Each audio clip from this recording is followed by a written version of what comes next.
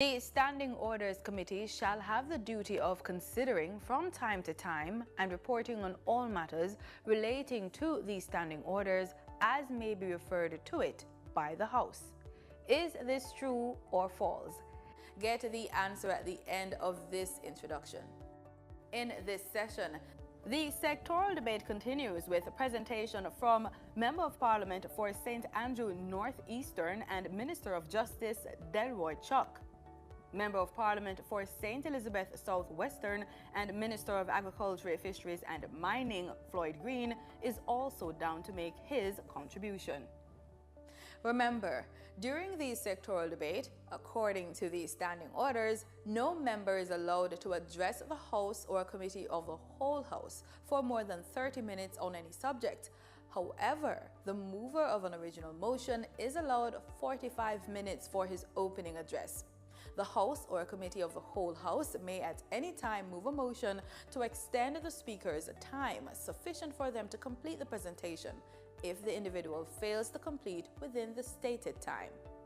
That's what's on the agenda. It should be noted, though, that elements of the day's agenda can be changed or moved. But before we go, here are a few things you should bear in mind if you plan to attend a session at Gordon House. No visitor shall create any act of disorder within the precincts of the House. No visitor shall be admitted to the House without first obtaining an admission card. Visitors who remain within the precincts of the House during a suspension of the session are asked to keep silent.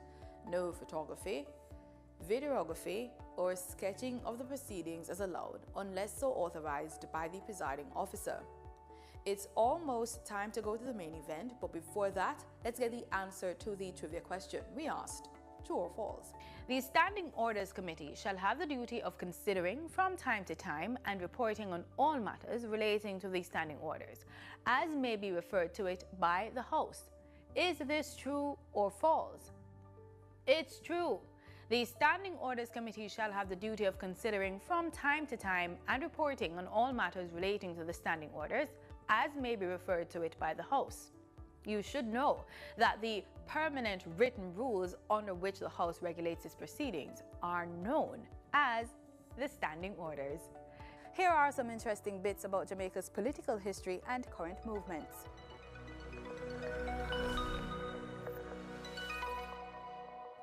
Each of the 14 parishes are divided into constituencies that each elected Member of Parliament is responsible for.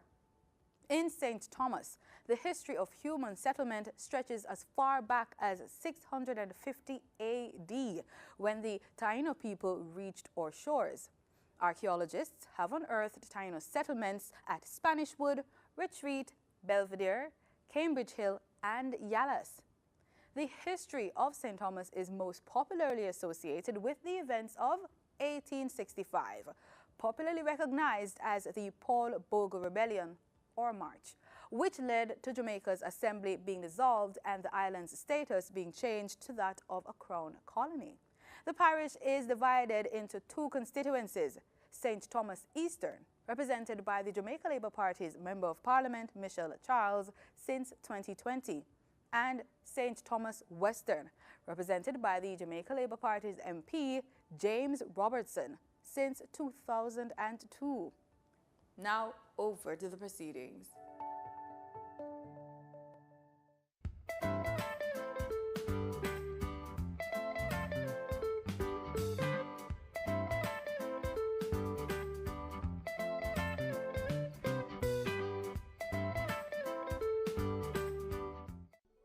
Can you imagine getting a marketable skill for free? Your government has made it possible for anyone wanting to learn a skill to get free training through the Heart NSTA Trust. Learn a new skill and expand your horizons. Over 100 homes delivered across 14 parishes. Your government, under the new social housing program, is making home ownership possible for those who didn't even dare to dream. Over the next 3 years, we will be building 1,500 homes just for our vulnerable citizens. Without a doubt, all citizens, irrespective of economic status, deserve a good home. Your government cares. The proceeding was brought to you by the Office of the Prime Minister. Love is love. But sometimes love isn't what we think it is. Just this once, why can't I come first? I know you love him, but there's more to life than having a man, and you really don't need this man. Sometimes you have to fight for love. I get the whole being in love with a wrong man thing. Wait, you mean me? I don't understand how you can even just up and leave us during this storm, Stanley. I need you here. I'm not leaving here without you. Sometimes you have to fight for yourself. When there's trouble in paradise, what do? Mirrors in Paradise, coming soon to PBCJ, the People's Station.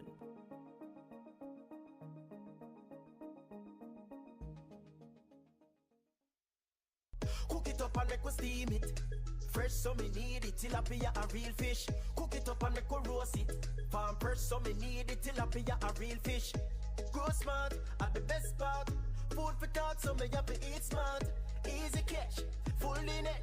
A tilapia so you don't know what's next. Cook it up and make we fry it. Fresh so me need it, tilapia a real fish. Bring home the best in freshwater fish. High content of vitamin B3, protein and potassium. Tilapia, simple, healthy, delicious.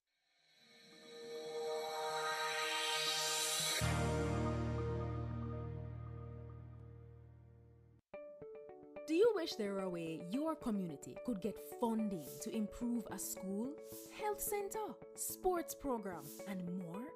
There is! It's the Constituency Development Fund. Here are a few things you probably didn't know about the CDF and how you can make it work better for you. The CDF policy promotes citizen participation in community development and protection of taxpayers' funds. It outlines that MPs are to meet with citizens at least once every 2 years to agree on the projects needed. You know, it used to be once a year? We should really go back to that. Projects developed without community consultation are not to be approved by the bipartisan CDF Parliamentary Committee.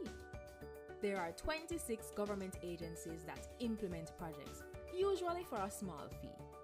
Funds are provided directly from the Office of the Prime Minister to the implementing agency, not through the Member of Parliament.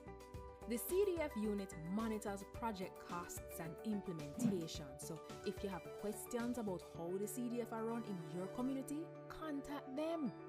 To ensure no one project or community gets all the funds, there are 6 project categories with spending limits for each. There must be no less than 5 and no more than 20 projects each year. To learn more, visit jampja.org to view your MP's CDF info and tell them how this fund has impacted you. If you don't see your MP's CDF reports, then put them under little pressure, man. Call, tweet, email. Ask them when they'll submit it and when is the next CDF meeting. Change is possible. It's already happening. What we need is you. A message from the Jamaica Accountability Meter Portal, funded by the European Union and the Inter-American Development Bank in partnership with the Private Sector Organization of Jamaica.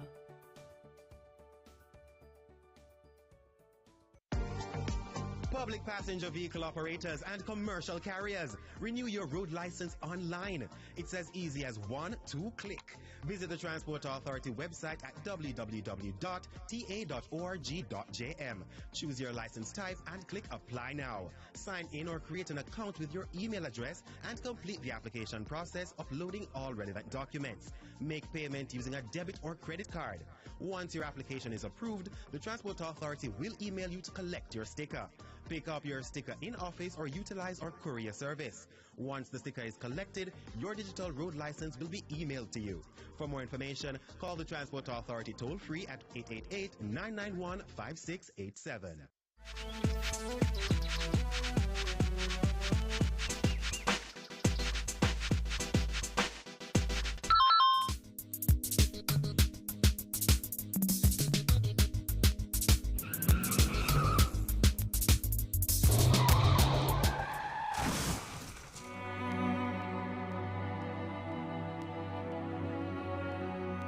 Speeding kills.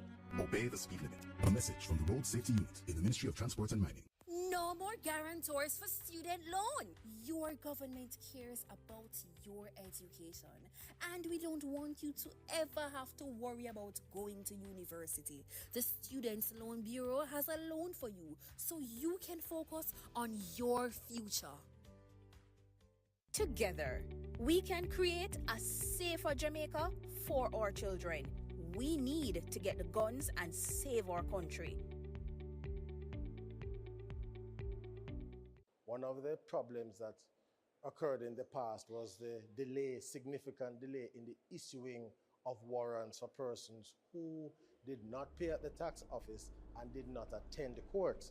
And so what happened there was that a culture of impunity had developed, where persons felt that when they received a ticket from the police, they could simply ignore it.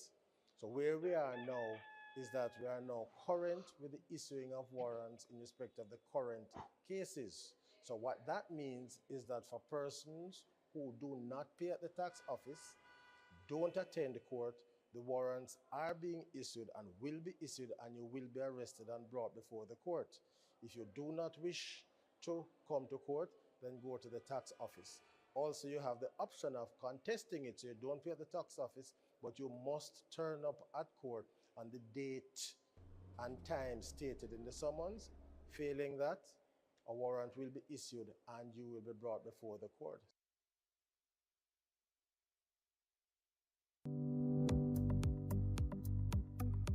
Did you know that a country's high level of unsustainable debt can reduce the funds available to provide quality education and healthcare and build climate resilience? The Caribbean debt crisis hinders our potential to thrive. It is time we unlock our full potential by addressing the debt crisis and promoting climate justice. It will require a collective effort, and your voice counts. Join us in the fight for debt relief, climate justice, and to cancel Caribbean debt for sustainable growth. We care about our minimum wage earners. That is why we increased the minimum from the previous increase of 13,000 to now 15,000. And as our economy continues to improve, you can look forward to even more increases. Your government is caring for you.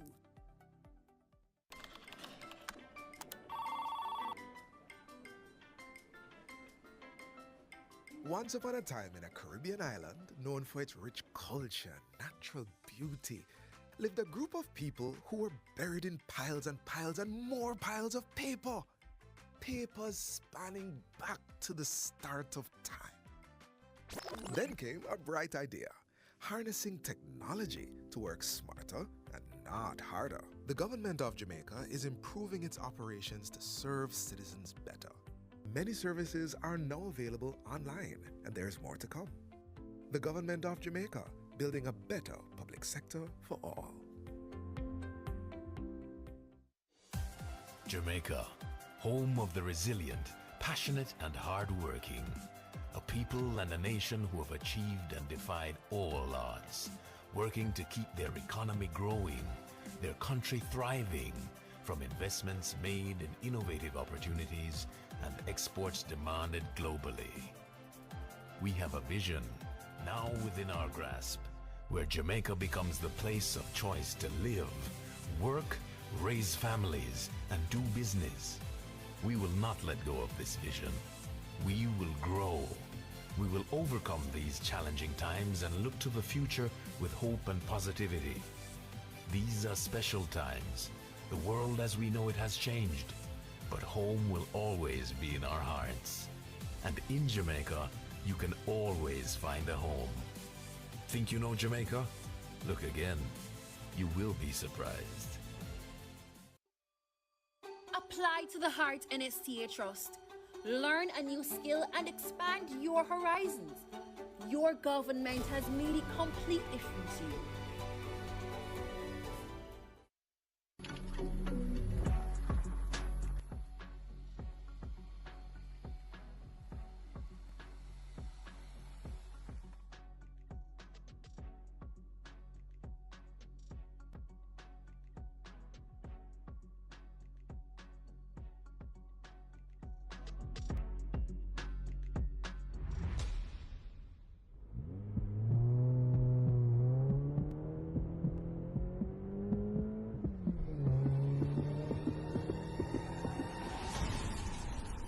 Jamaica, a one life we have. Don't let this be your story. Look out for yourself and others. Too many Jamaicans are dying on our roads. So, slow down. It's not worth the rush. Arrive alive. A message from the Office of the Prime Minister. Hi, I'm Donna Unis Blake, Program Director for the Nature Conservancy in Jamaica. Did you know that 2023 was the hottest year ever in the history of recorded temperatures in Jamaica? And nowhere has the heat been more scorching than in our capital city, Kingston. All happening in the midst of a construction boom and urban heat island effect that is challenging traditional construction practices and prompting us to find more novel ways to build to beat the heat. We can learn from city-states like Singapore, which is integrating nature-based solutions in their urban designs. Manifesting as eye-catching green roofs, vertical gardens and green walls. Plants provide shade, reduce heat absorption by buildings and release water vapor to provide a cooling effect and result in savings on air conditioning and other energy costs. Have you considered how nature-based solutions can make that distinctive difference to your next development? Learn more by visiting the United Nations Environment Programme project website, cityadapt.com, or simply scan this QR code right here. As Jamaica adapts to climate change, you can build better to beat the heat.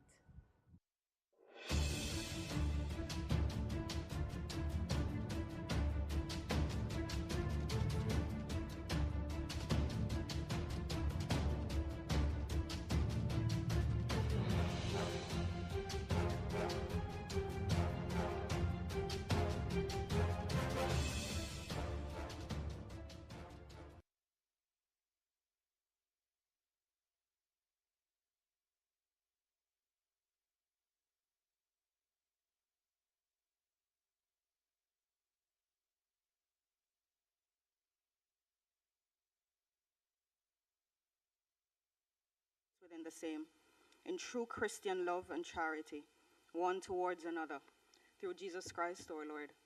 Amen.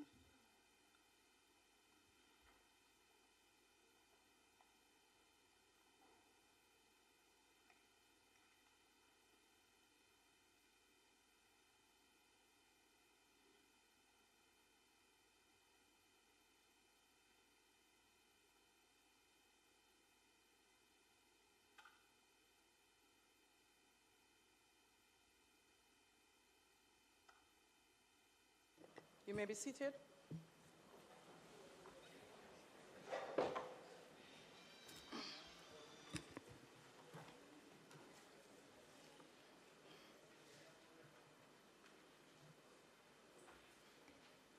This Honorable House now resumes its sitting.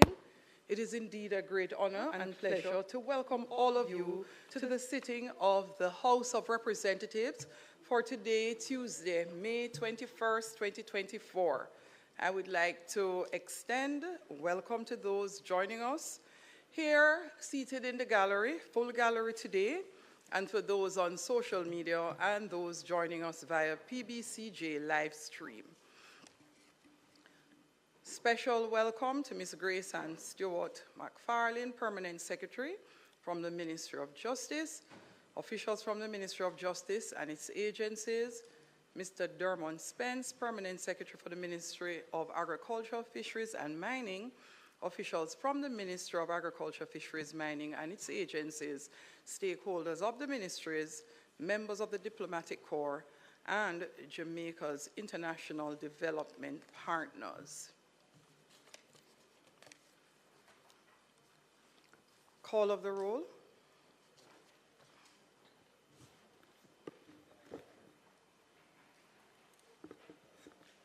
Mr. Clark, here. Mr. Bartlett, Mr. Holness, Dr. Clark, Dr. Chang, Ms. Grange, Mrs. Williams, Mrs. Malahoo Fort, Dr. Tufton, Mr. Mackenzie, Mr. Chuck, Mr. Vaz, Mr. Charles Jr., Mr. Green, Mr. Morgan, Mr. Hutchinson, Mr. Terry Long, Ms. Smith, Dr. Dunn, Mrs. Cuthbert Flynn, Mr. Main, Mr. Davis, Mr. Witter, Mr. Brown, Dr. Brownberg, Dr. Charles, Mr. Chin, Mr. Cousins, Ms. Crawford, Ms. Daly, Ms. Davis, Mr. Golding, Mr. Graham, Dr. Guy, Ms. Hamilton, Ms. Hannah, Mr. Enriquez, Mr. Henry, Mr. Hilton, Mr. Jackson, Mr. Lawrence, Ms. Lee, Mr. Miller, Mr. Montague, Ms. Morrison, Mrs. Nita Garvey, Mr. Paulwell, Mr. Phillips, Dr. Phillips, Mr. Robertson, Mr. Robinson, Mr. Samuda, Mr. Shaw, Mr. Siblis, Mr. Slowly, Mrs. Vaz, Mr. Warmington, Dr. Wheatley, Mr. Williams, Mr. Wilson, Mr. Wright, Mrs. Malahufort. Thank you, Madam Speaker. Thank you, House Leader.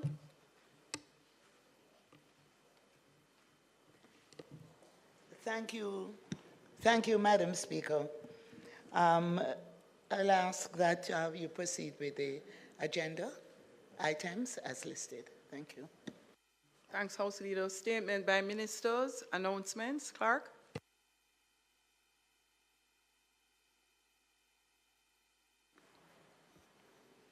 Laid on the table of the House are the following: Annual reports of the Southeast Regional Health Authority for the years 2011-2012, 2012-2013, 2013-2014, 2014-2015, and 2015-2016, along with their related ministry papers numbered 17, 18, 19, 20, and 21 of 2024, respectively.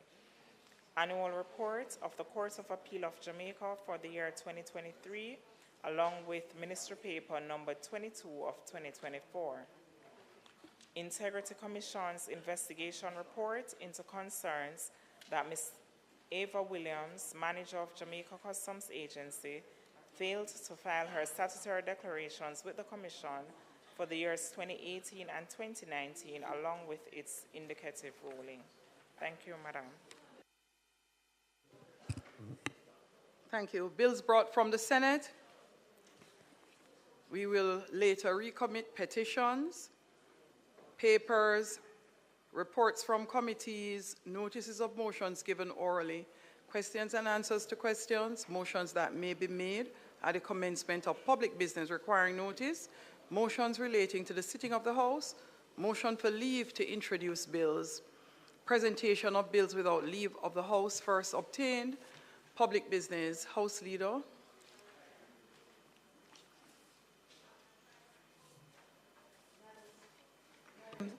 Madam Speaker, today it is our intention to continue the sectoral debate with contributions from the Honourable Delroy Chuck, Minister of Justice, and the Member of Parliament for St. Andrew North Eastern, and the Honourable Floyd Green, Minister of Agriculture, Fisheries and Mining, and the Member of Parliament for St. Elizabeth Southwest. Thank you, Madam Speaker. Thank you, House Leader. We invite first to his feet the Minister of Justice.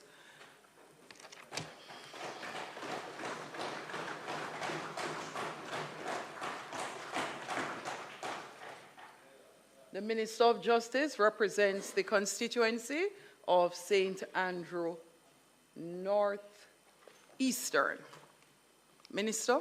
Thank you very much, Madam Speaker. Today, I rise yet again this afternoon in this honorable House to present to my beloved country the ongoing plans, policies, and programs being undertaken by this administration through my stewardship as Minister of Justice. Madam Speaker, today's presentation signals my 8th consecutive year as Minister of Justice.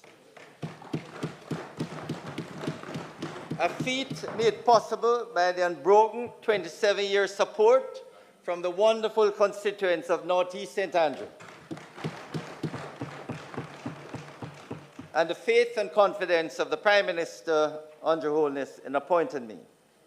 Prime Minister, esteemed ministers and members of Parliament, I express gratitude for your unwavering commitment to the prosperity and progress of our nation in what is a dedicated, collective, continuous program towards improving the lives of the Jamaican people by providing justice, transforming lives, which is our 2024 sectoral theme.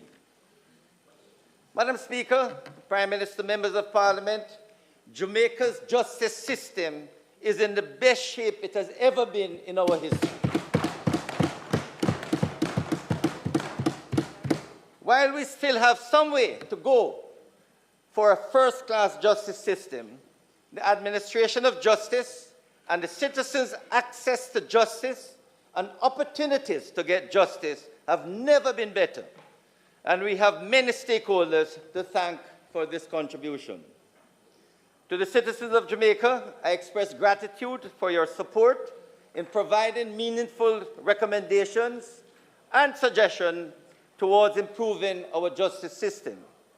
Your contributions are also helping us to achieve the transformation which we all wish for our fellow Jamaicans. Madam Speaker, the work of Team Ministry of Justice under the leadership of Permanent Secretary Grace Ann Stewart McFarlane, who is here with us, plays a major role towards the ministry's pursuit of providing justice and transforming lives. Madam Speaker, as we chart the way forward to make justice even more easily accessible for all, I pause to express sincere appreciation to the Judiciary under the guiding hands of Chief Justice, the Honorable Mr. Justice Brian Sykes, and the team at the Court Administration Division.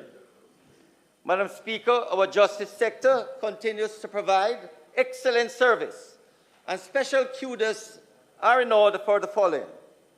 President of the Court of Appeal, the Honorable Mr. Justice Patrick Brooks, judges of appeal and their support staff, the Supreme Court and Parish Court judges and their staff, who provide the necessary support for the Chief Justice to deliver timely justice to all who seek remedies or otherwise within our courts.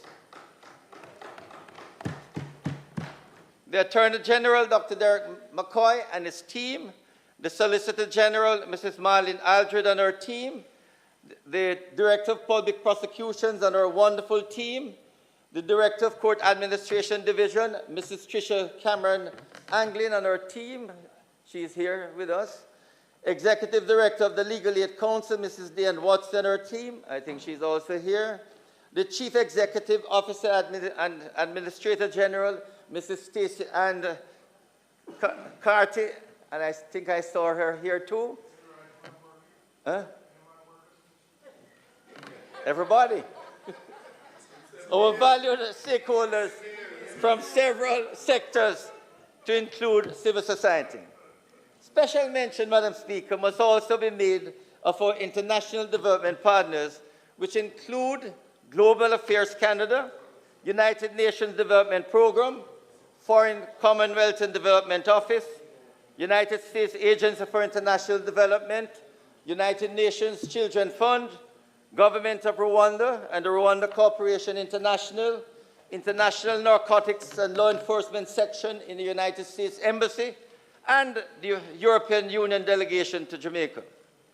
Madam Speaker, we thank our other partners and stakeholders, including the custodians, the justice of the peace, and citizens whose collaboration, feedback, and support have been invaluable in ensuring that the ministry's priorities align with the needs and aspirations of the Jamaican people whose lives we continue to transform. Madam Speaker, as I travel through the nook and cranny of Jamaica, providing justice and transforming lives, I am blessed to have by my side Close Protection Officer, Sergeant Howard Hamilton, and driver, Mr. O'Neill Ennis. On the political side, I extend sincere gratitude to my two councillors, Councillor Joy Cottrell and Winston Ennis, my hard-working team in North East St. Andrew, who remain alongside me in the political vineyard. And many of them are here this evening, Madam Speaker, attending to the needs of the constituency and ensuring 6 consecutive terms as Member of Parliament. Finally, I thank my dear wife, Patricia, and my family who put up with me as I work diligently in ensuring that all Jamaica enjoys a first-class justice system. Last but not least, I must acknowledge the resilience and fortitude of the Jamaican populace, whose unwavering spirit continues to inspire us in our pursuit of social development and natural resilience, guided by our 2024 mantra, providing justice, transforming lives. Madam Speaker, I am so proud to announce that the wheels of the justice system are on the right path and are rolling at the best rotation possible for transforming the lives of all Jamaicans. I can now say, Madam Speaker, and repeat, that Jamaica's justice system has never been in a better shape in our history. Just about any Jamaican who needs justice services can have access and delivery of these services. Jamaicans can easily get assistance within a short geographical space and with just a phone call away. Anyone can call 888 Justice, that is 888-587-8423, and access any justice service in a matter of hours and get legal advice. They don't have to take justice in their hands. They can get assistance. That fits. Madam Speaker, under this government, and with the support of the Ministry of Finance and the Public Service, God save the King, which has provided the resources, we can proudly say that the Andrew Holness-led administration has brought the justice system and a path to a first-class and world-standard justice system. This is something, Madam Speaker, that all Jamaicans can indeed be proud of as we are providing justice and transforming lives.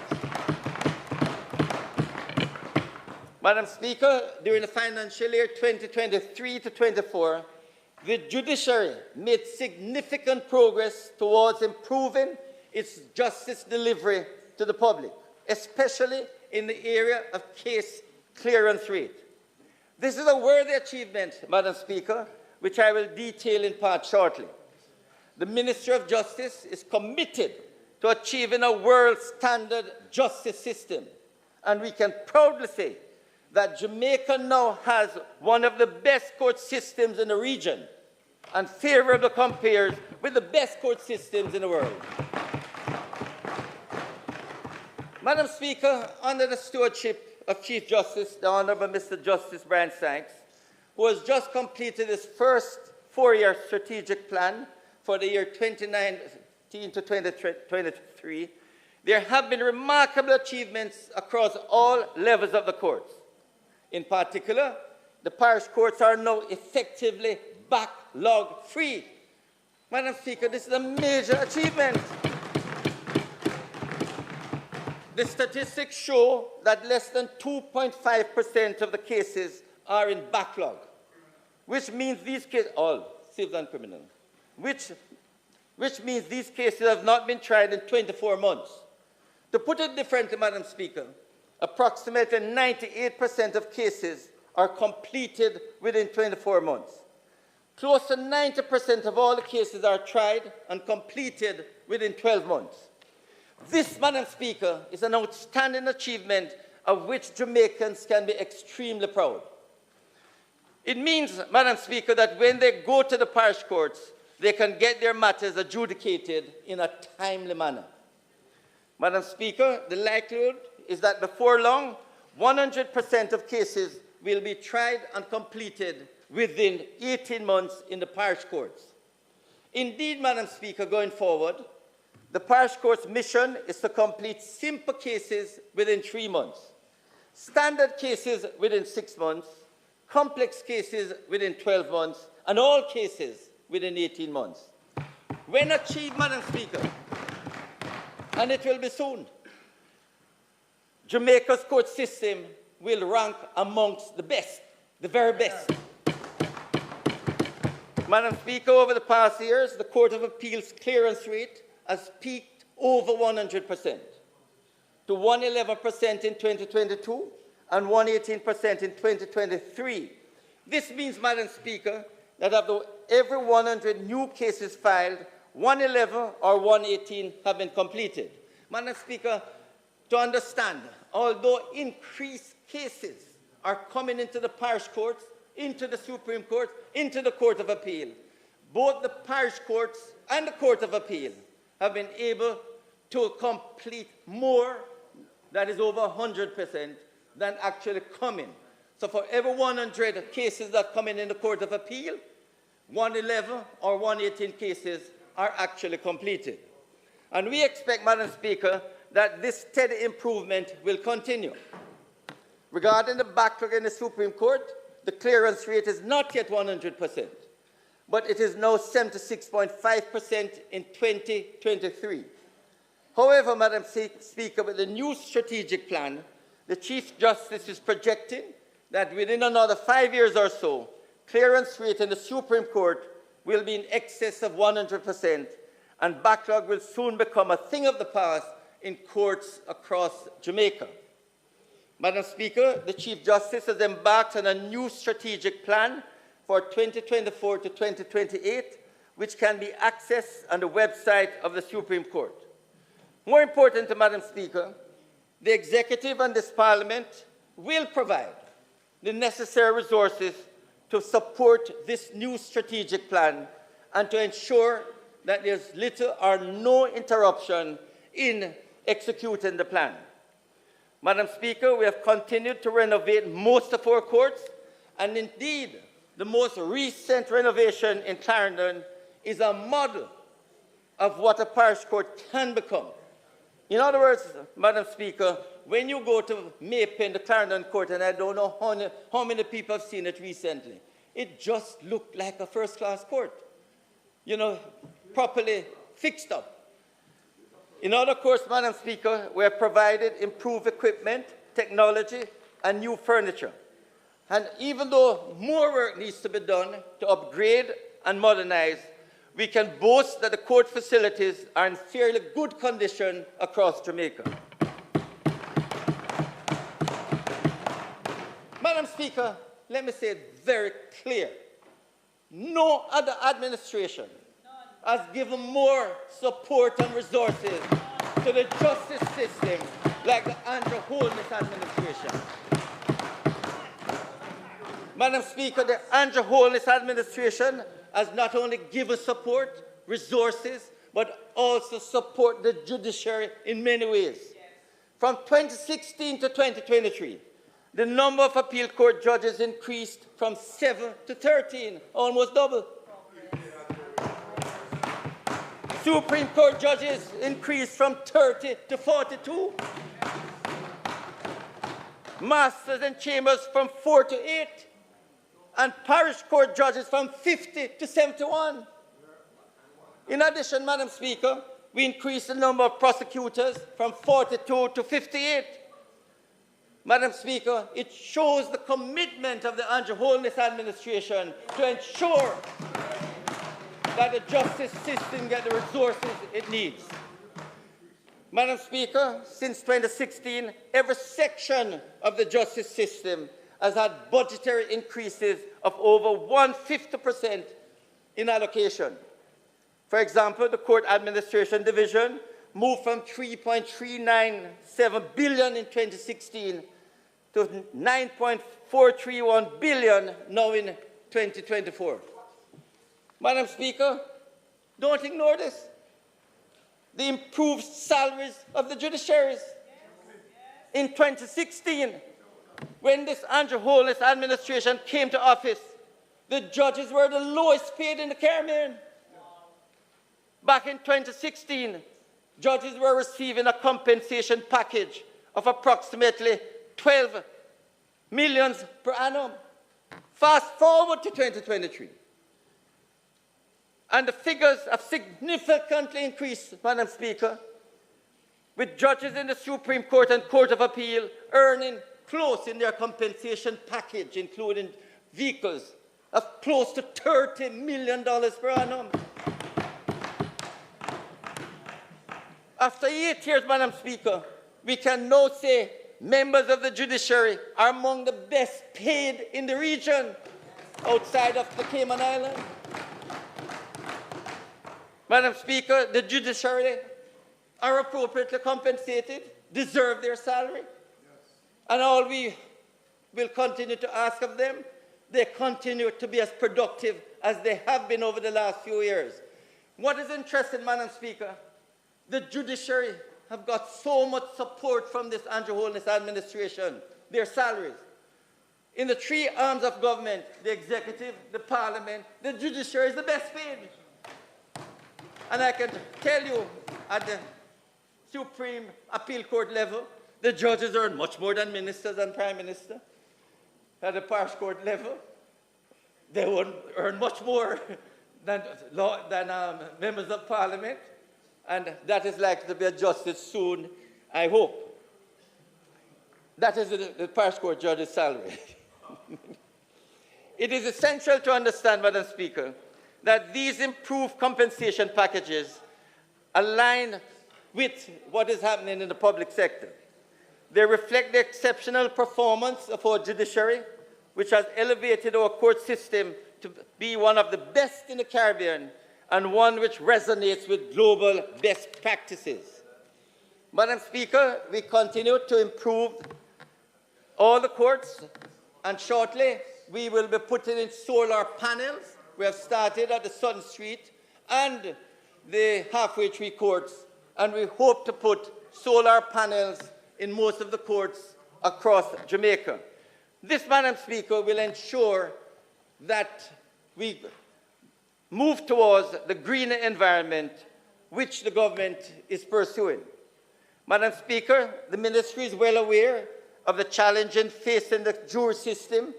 We have had several discussions with our stakeholders on ways to improve this important arm of justice. I am pleased to announce, Madam Speaker, that Cabinet has approved an increase in the stipend for jurors. Each juror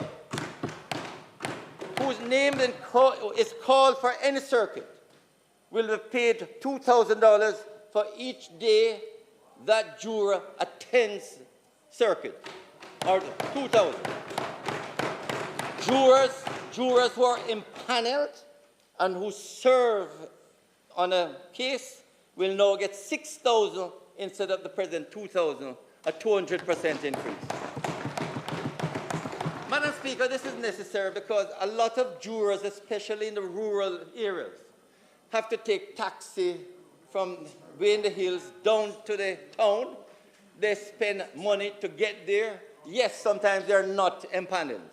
So we think it's appropriate that once they are served with a summons to come to court, and your name is called and you're there, you can be reimbursed $2,000. If you serve for the day, you get $6,000. And I think very shortly, Madam Speaker, we will come with the regulations to change it so that hopefully shortly it will be, executed. Moreover, there has been major improvement, Madam Speaker, in the delivery of judgments right across the courts. Most judgments are now delivered within 6 months, and that is something that we can be proud of. Madam Speaker, when I came here as Minister of Justice, judgment debt was a major challenge. I can tell you, Madam Speaker, there were lawyers who were begging me. The government owes them millions of dollars. And I thought, Madam Speaker, it's unfair. They get the case settled, they have a judgment, and yet they couldn't get their money. So, Madam Speaker, under Minister of Finance Aldershaw in 2017, we urged him to let us have enough to pay up the judgment debt. And in 2017-2018, we got 1.5 billion and paid off all the backlogs.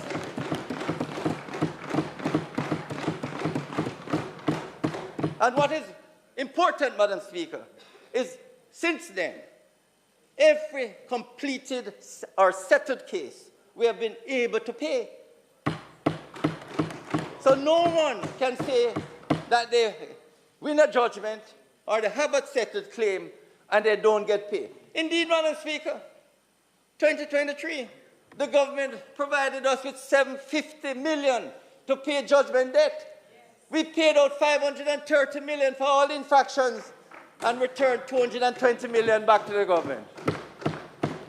We want to make sure, Madam Speaker, that when people sue the government for whatever infractions, that they get their money. And under this administration, we have done it for the last 8 years. And indeed, the Ministry of Finance, the government, has provided us with $680 million this year. Last year, we paid $530. So people have suits against the government. Talk to the Attorney General's chambers, settle your matter, because once you settle, we can pay you. The money is available. Madam Speaker, there was also the case when I came to government that persons who did legal aid matters, many lawyers kept telling me how they're owed hundreds of thousands of dollars, millions of dollars, and they weren't paid. What I can tell you, Madam Speaker, is that since I've been Minister of Justice, every single lawyer who has done work for the government has got their money. All the gang trials, they come and they plead how much they need to do these gang trials, we settle, and not one of them can say they didn't get their money. Every single lawyer who has done cases for the government due to counsel have been paid. And I say, Madam Speaker, I want to thank Mrs. Diane Watts, who is here with us, who has done an excellent job at the Legal Aid Council in ensuring that we have enough lawyers empaneled on the legal aid roster so that people who need advice, people who need representation in the courts can get it without any problem. And as soon as the case is finished, they send in their certificate, they can be paid. You know, interestingly, Madam Speaker, for the last 3 years, come January, February, I have to ask Mrs. Watson to call the lawyers and make sure they're sending their bills because we have money, we want to pay them the last 3 years. So every single one has been paid. And we are proud of that, Madam Speaker. But more so, the Legal Aid Council has, the Global Canada gave us two additional buses. So we have 3 buses. We use these 3 buses to go right across Jamaica, schools, various events, and I've traveled with them across all the parishes so that they can provide legal advice. Anyone who needs any legal information can get it from them. And so, Madam Speaker, we have increased the number of duty counsel who have been empaneled, and I can say, Madam Speaker, that everyone now who needs a lawyer at the police station, a duty counsel, or one in court, they just need to call the Legal Aid Council and they're provided with an attorney. Madam Speaker, in 2016, we paid out $156 million for legal aid services, and last year, it more than doubled. We paid $381 million to attorneys. And, Madam Speaker, the payments to the lawyers have actually doubled. So more persons who want to be on the roster can now speak to the Legal Aid Council and get on the roster. Madam Speaker, I'm extremely proud to announce to this Honourable House that with the assistance of some key partners, Global Affairs Canada and UNDP, the Legal Aid Council was able to assist 300 persons living with disabilities to access justice services which they would not normally be able to access. This was at the inaugural Legal Aid Fair for the persons with disabilities held at the Harmony Beach Park in Montego Bay. Madam Speaker, we are providing justice and transforming lives. Madam Speaker, with the enactment of the Disabilities Act 2014 and our focus on equity, access and participation, the Ministry of Justice remains committed to reaching the most vulnerable among us. We have been making representation for mentally challenged inmates within the prisons and who have been locked up for many years. And last year, the Council assisted in getting 2 mentally ill inmates released. And shortly when you get the booklet, you will see how the families were so happy that their father or grandfather, who was in custody for 30, 40 years, have been released and now living with them. So, Madam Speaker, apart from that, the Council has implemented training sessions in the Jamaica Sign Language for attorneys to address the gaps that exist and to reach persons living with disabilities, specifically the deaf. This, Madam Speaker, is providing justice and transforming lives. Madam Speaker, the Office of the DPP has done a tremendous job in prosecution over the past many years. They have done some very high-profile cases of varying complexities and lengths. We can't ignore the gang trials. We can't ignore some of the high-profile murder case, the Beecher Stout MacDonald, Shanika Gray, and recently the Collymore case, where the prosecution, Madam Speaker, it was so good to hear the families of the victims speaking about how well the DPP office did in prosecuting the case and the confidence that they show in that. What is interesting, Madam Speaker, is that the DPP has been able to use the plea bargaining act to get many of these convictions so that persons who may have participated in the activity, the criminal activity, were able to plea bargain and agree with the DPP to be able to give and present evidence. And I hope, Madam Speaker, that more of this will be done. Madam Speaker, the prosecutorial service in Jamaica is easily the best in this region. And it is recognized by other jurisdictions who invite members of the DPP to make presentations. And Madam Speaker, notwithstanding what may happen over the next year or so, next few weeks or months, I must give credit to Paula Llewellyn. She worked hard, her commitment, her sterling service and professionalism ensured that all of the prosecutors and co-counsels are definitely up to par and some of the best in the region. Madam Speaker, I can say that we in Jamaica, all victims of crimes, can be proud of the work of the DPP's office. They are doing a fantastic job. Madam Speaker, my last sectoral presentation, I went at length with the Administrator General. We congratulated the outgoing Administrator General, Mrs. Lona Brown, and we're happy to report that our new CEO, the new Administrator General, is Mrs. Stacey Ann Carty. We expect the same exceptional customer service to continue under her leadership, serving all its clients in keeping with the government's service excellence standards. In 2023, the Administrator General won several customer service awards from the Jamaica Civil Service Association as the team members continue to work at providing justice and transforming lives. We congratulate Mrs. Opal Bryan for achieving the Management Award and Senior Case Officer Mrs. Ruth McGrother for the Middle Management Award.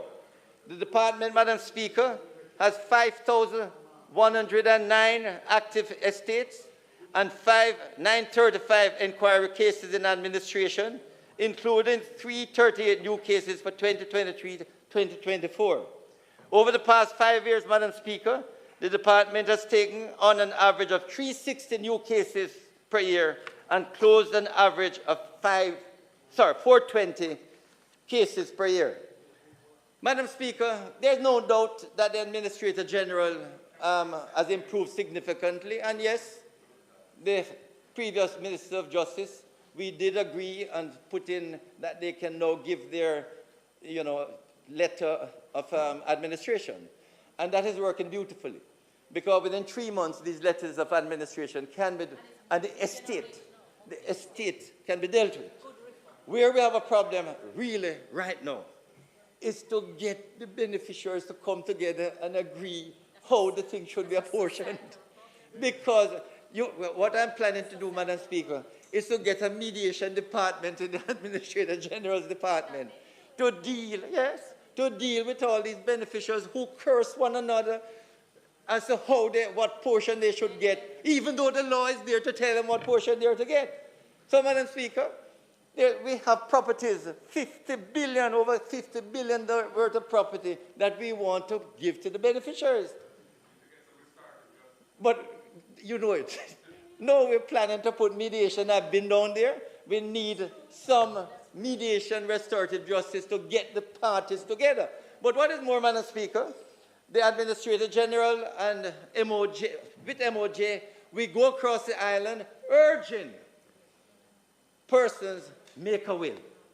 People don't like making a will.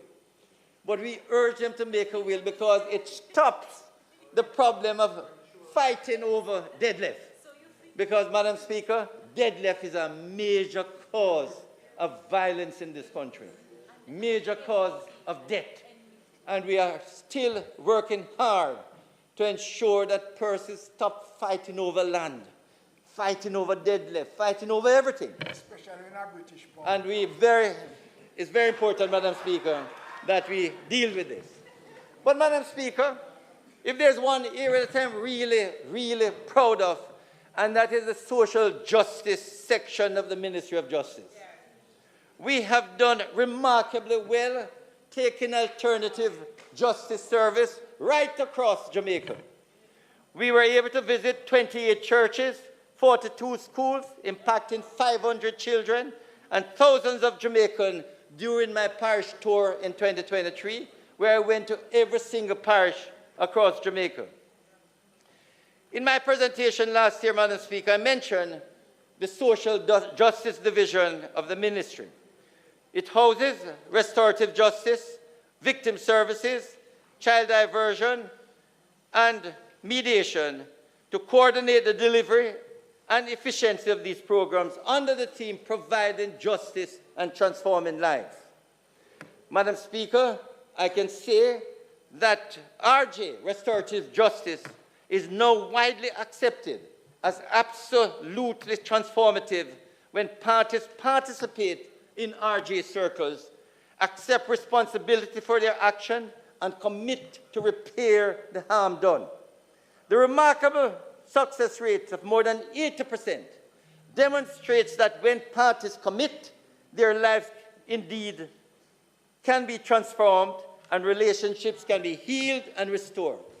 Madam Speaker, the real challenge is to have more Jamaicans who are in relationships that are marred by conflict or any form of abuse to take up these alternative services offered by the ministry.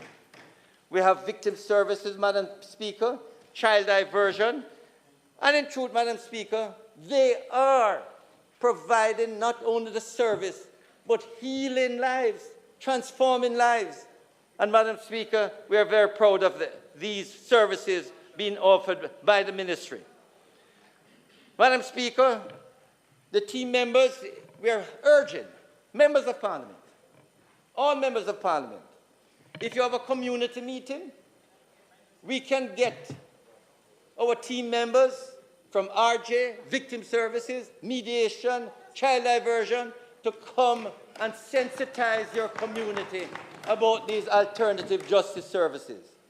We are doing it in the schools, in the churches, but we want to do it in the communities. So we are appealing to all members of Parliament. If you have a community meeting, let us know. Just give us a schedule and we will visit and speak about these services. Madam Speaker, as I say, restorative justice continues to be the flagship programs within the Social Justice Ministry. It's division of the ministry. It seeks, Madam Speaker, to resolve conflicts by having all parties involved in the incident, as well as the community, engage in a circle with a focus on restoring the relationships. This, Madam Speaker, fosters a more peaceful and harmonious society. The program has maintained a high success rate and remains readily accessible to all citizens in all 14 parishes. This has been done through public awareness campaign, restorative practice trainings, and sensitization sessions across civil society, schools, churches, and communities.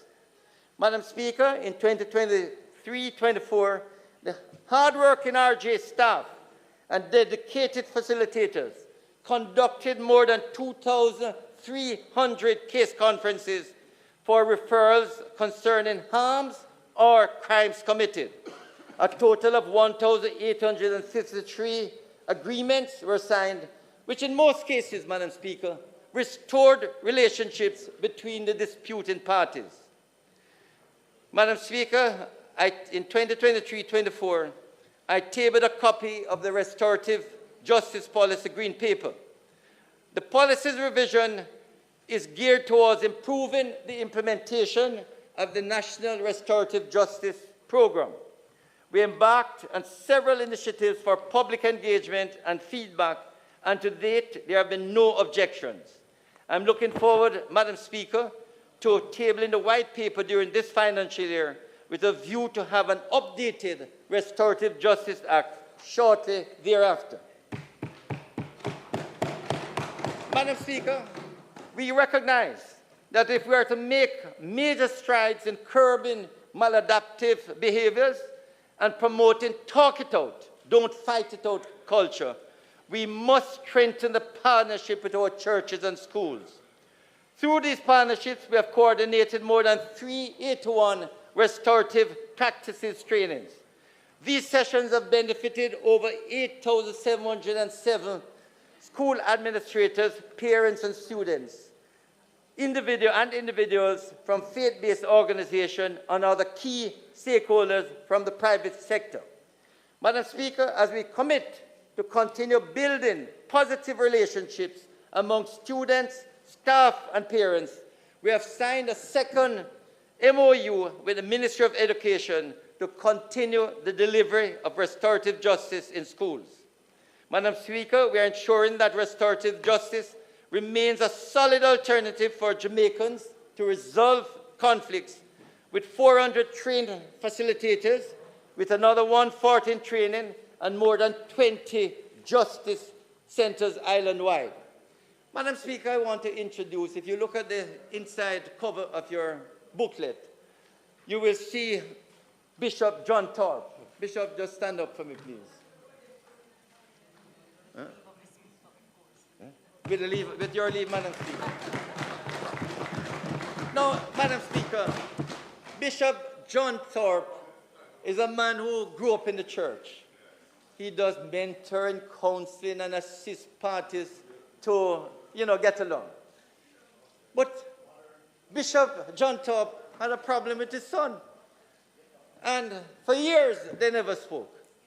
And Bishop John Thorpe heard about restorative justice and decided to get the facilitator to speak to the son, and they were able to get into a circle.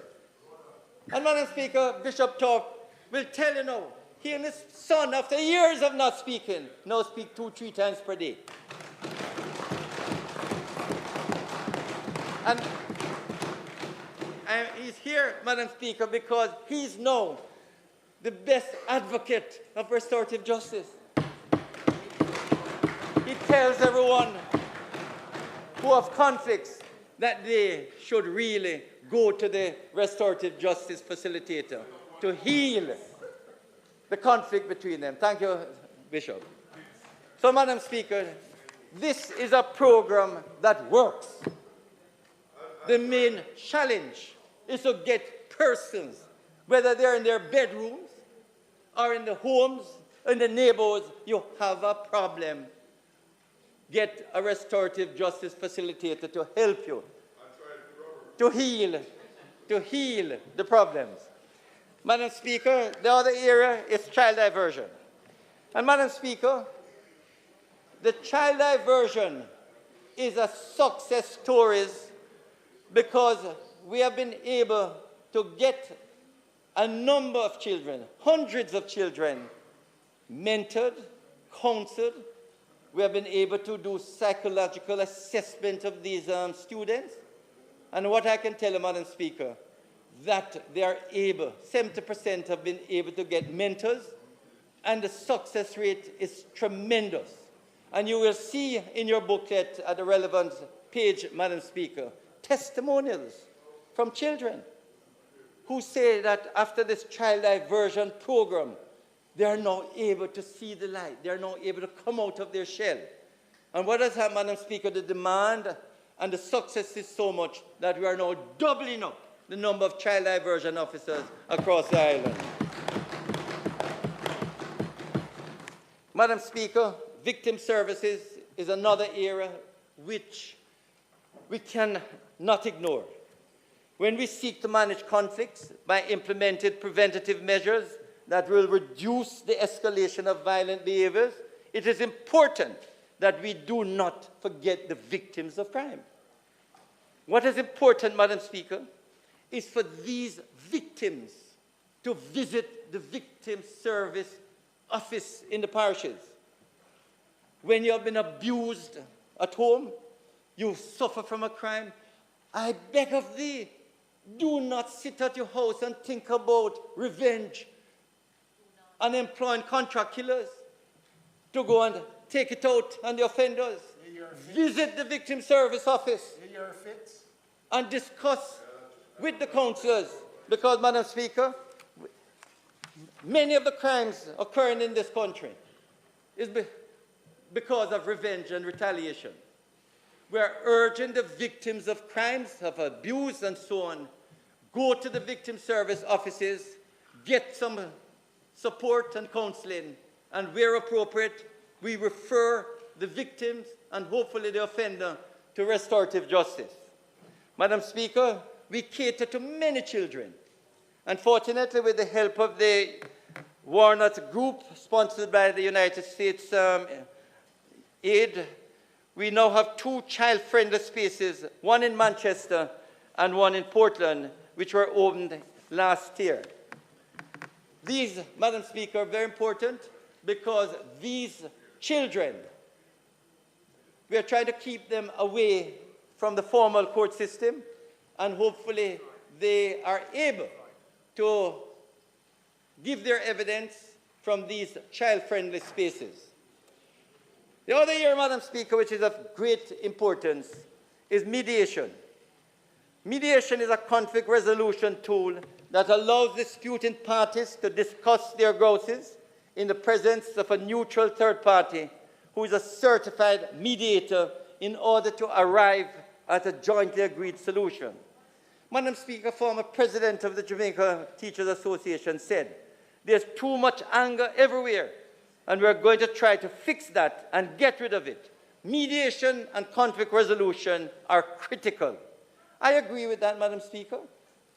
We need, when there's conflict, some form of conflict resolution, and mediation is another, like restorative justice, to really get the parties together to resolve their problems. House Leader, the Minister's time for speaking has expired. Madam Speaker, I now ask that the standing orders be suspended to enable the Minister to continue his speech to its conclusion, notwithstanding the time limit on speeches. Question is that the Minister be allowed 20 minutes to complete his presentation. Those in favor? Those against? The ayes have it. Minister, 20 minutes. Thank you very much, Madam Speaker, and thank you very much, colleagues. Madam Speaker, we are pushing for mediation. Last year, we have now doubled the fees so that in the parish courts, if parties are referred to mediation, especially in civil and family cases, and they can't afford a mediator, the Ministry of Justice is now providing doubled from 10,000 to 20,000 so that both parties, if they can't afford it, can go to a mediator, and this has worked. Having paid out 10,000 in the past, Madam Speaker, in this fiscal year, we are now paying out 20,000 instead of 10,000. Last year we paid out 9.2 million, and it may be we were happy to pay out more once we can get mediation to resolve the disputes and reduce the burden within our courts. The mediation program, Madam Speaker, is in partnership with the Dispute Resolution of Jamaica, and we urge parties in dispute to use mediation. And Madam Speaker, it works. We have data to prove it. An internal study conducted by the ministry, which garnered data from the program during financial year 22-23, revealed that 92% of mediated cases were resolved within just 40 days. From the point of referral, with an overall success rate of 87% of the participants who benefit from the financial support provided, 79% felt that the mediation process was fair, while 88% indicated that they would recommend mediation as a way of resolving disputes. So, Madam Speaker, we are promoting mediation, and sometime shortly, we hope to bring to Parliament a new Mediation Act, which we hope, like arbitration, will position Jamaica as a dispute or commercial dispute center that other countries or parties can visit Jamaica to have their matters settled. Madam Speaker, the ministry is definitely providing the financial support and the legislative program to ensure that individuals and companies can use various dispute resolution to arrive at mutually acceptable agreements. Madam Speaker, justices of the peace, we have over, and Saturday night I participated in the commission of over 100. So we now have over 11,000 JPs. Madam Speaker, this is almost doubled since I have been Minister of Justice. And we want more JPs.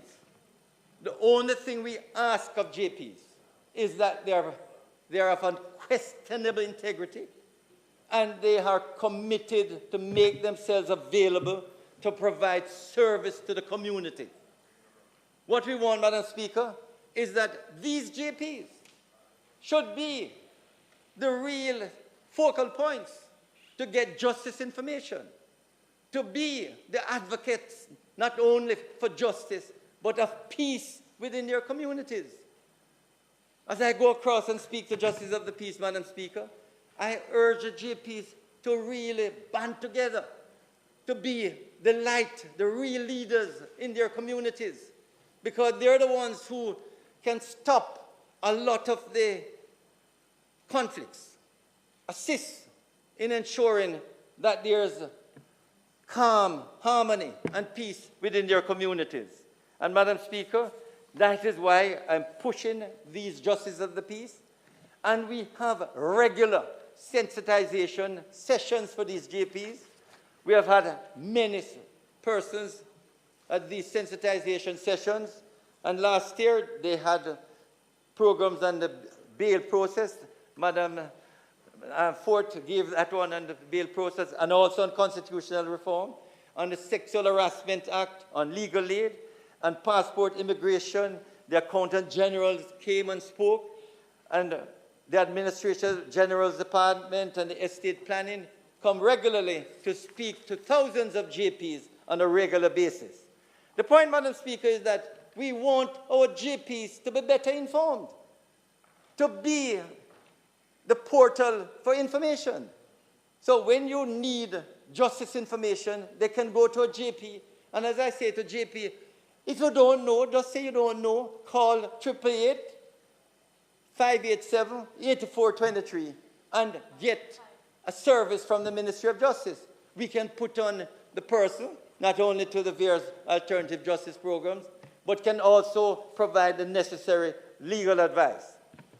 Madam Speaker, when I came in 2016, we had only 56 notary public.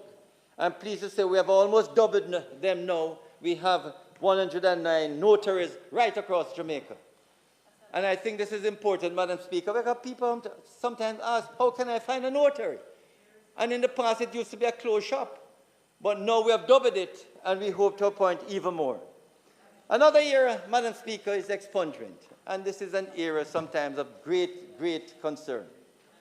A number of persons apply for expungement, but we have limited it to a few cases, and also the sentence must not be over 5 years. Madam Speaker, it's an area that we are looking at carefully, because there are many persons who have had a sentence over 5 years, sometimes 10, 12 years. They have served their sentence, they're in their communities, they have lived 20 years without any further conviction, and we need to really examine carefully whether those cases an expungement could be provided. It is a matter that I'm taking to Cabinet and have discussions before I take it to Parliament. Madam Speaker, I would like to thank Bishop Wellesley Blair, who served for 32 years as a member, the last 3 as chairman. Madam Speaker, an area that we provide Minister Clark with some funds at TAG are the marriage licenses. A number of tourists come here and get their marriage license, and they pay, some money. 9,000 licenses were granted by the ministry, Madam Speaker, and it seemed to increase every year. And 36 million was paid at TAG by the ministry. Madam Speaker, the Justice Training Institute. The Justice Training Institute, we would like to thank Mrs. Karen Campbell-Basco, who faithfully led and served the JTI, and she moves now to the Administrator General's Department. She has done some good training of stenographers and also of the Justices of the Peace. And I want to thank her sincerely for the tremendous work that she did. Madam Speaker, technology is an area that over this fiscal year, we're hoping that with the help of Rwanda and Synergy, that we can move quickly towards a paperless system in the courts. We are hoping it can start during the course of this year and hopefully can be completed within a matter of another year or so. Madam Speaker, we want this integrated electronic case management system that pull together the police, the DPP, the forensic labs, and all the various departments of government with the court so that everything is done electronically without the need to have files and paper being transported or even being seen in the courts. A couple of years ago, I went to Rwanda, Madam Speaker, and it's a pleasure to go in the court and you see no paper, no books. Everything is done electronically. Madam Speaker, in terms of the infrastructure, we have and will continue to improve the courts. My greatest disappointment is that we have not yet put in the courts in St. Catherine, St. James, Trelawney, Manchester. But these are still being worked on, Madam Speaker, under the PPP. But we continue, Madam Speaker, to improve the facilities and the ambience of our courts. As I intimated earlier, we will put in solar panels in all the courts. We have started at the Halfway Tree Court and also at Sutton Street. You can see on your screen, these are the panels at the Halfway Tree Court. And we're hoping that in June, they will be commissioned. And, Madam Speaker, the likelihood is that they could save as much as 80% of the electricity cost, if not more. And we may be able, because they don't really open Saturday and Sunday, to sell back some to JPS. These, Madam Speaker, is what we are hoping can be achieved.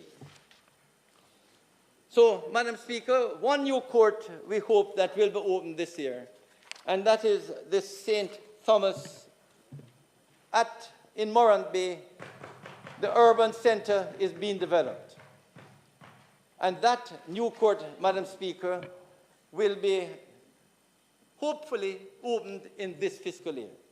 In addition to the over 300 million that we'll be spending to improve all the other courts. But we are hoping that the St. Thomas Court will be the state-of-the-art court. You know, Madam Speaker, when I went out there a month ago, I saw the court being built, and I asked the contractors, when did you start? And they said, March. And I said, a year and you only go on the second floor? They said, oh, it's March this year. After about 2 months, they had gone to the second floor. And they plan to give us the court by September. By September. And all we have to do now is to fit it out. And hopefully, by early next year, it will be opened. So that court, Madam Speaker, will be a state-of-the-art facility for transforming the delivery of justice in that part of the St. Thomas Parish. Madam Speaker, the legislative program is continuing, and Notaries Public Act, Mediation Act, and others will shortly be put in place. In conclusion, Madam Speaker, let me say that this Andrew Holness administration, with the help of Minister Clark, and I have to big him up because what I can tell you, everything we asked the Ministry of Finance for, we have got. And as I say,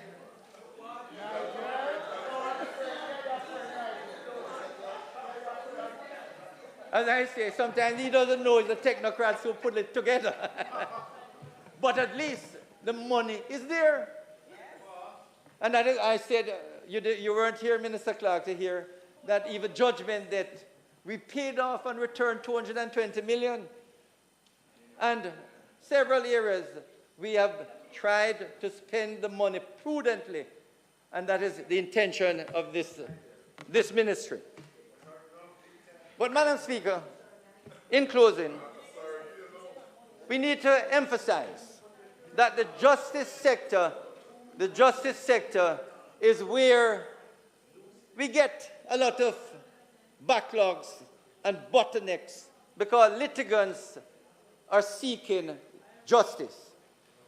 And surely, Madam Speaker, the justice sector is aware that the more matters that can be completed, they really help litigants in getting on with their lives. Madam Speaker, the record shows that great strides have been made over the past 3 to 4 years. The Ministry of Justice has been consistently working at providing justice and transforming lives. Still, Madam Speaker, much more needs to be done. The court system is significantly reducing the backlog, but we still have a far way to go. Litigants can play their part by using alternative justice services, such as mediation, restorative justice, and so on, to settle matters. The public is urged to remember that mediation offers a win-win outcome, while a court decision is a win-lose outcome. And even the most hopeful for a successful court decision are sometimes left disappointed and devastated with an unfavorable court decision. It is in the interest, Madam Speaker, of the economy and the general society for matters to be resolved promptly in the courts. In civil, family, and commercial disputes, hundreds of billions of dollars may be on hold as a parties await a court decision.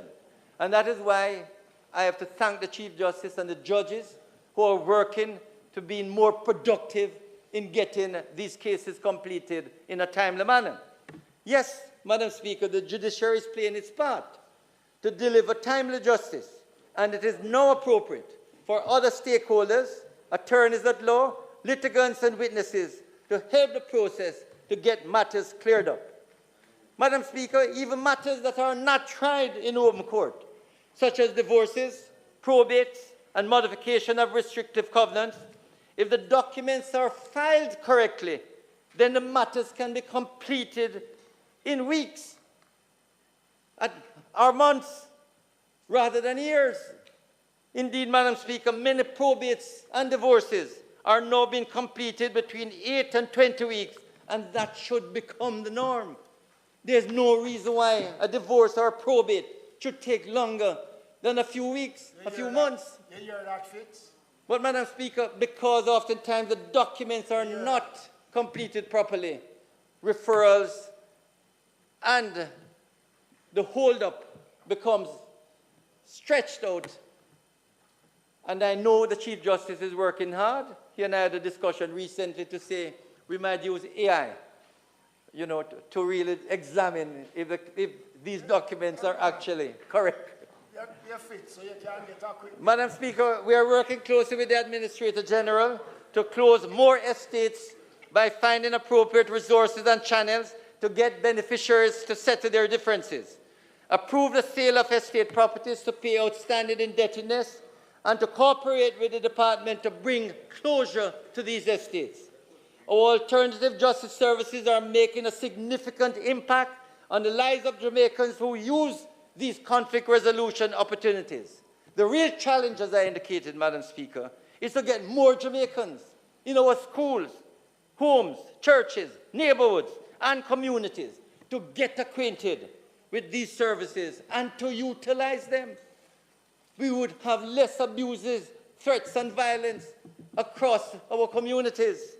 Madam Speaker, there's no cost to the public or the citizens who use them. The Minister of Justice is providing these services free to everyone who needs and uses them. Finally, Madam Speaker, we can assert that as our economy stabilizes and expands, the justice sector is a main beneficiary. So I want to thank Minister Clark, and don't stop providing more money. Okay? And my ministry will continue to use the resources provided prudently as we work steadfastly towards a first-class, world-standard justice system, as we continue the work of providing justice and transforming lives. May God bless Jamaica. Well done, sir. Very good presentation. Very good presentation. And you like the passport part, don't you? Madam Speaker,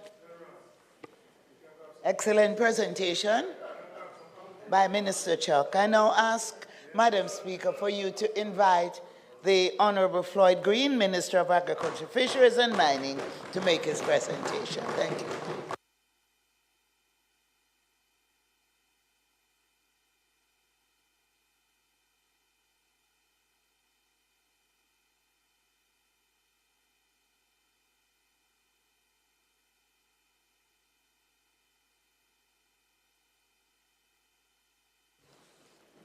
We now invite to his feet to make his presentation in the sectoral debate, Minister of Agriculture, Mining and Fisheries, and the Member of Parliament for St. Elizabeth, Southwest. Correct. Minister Green.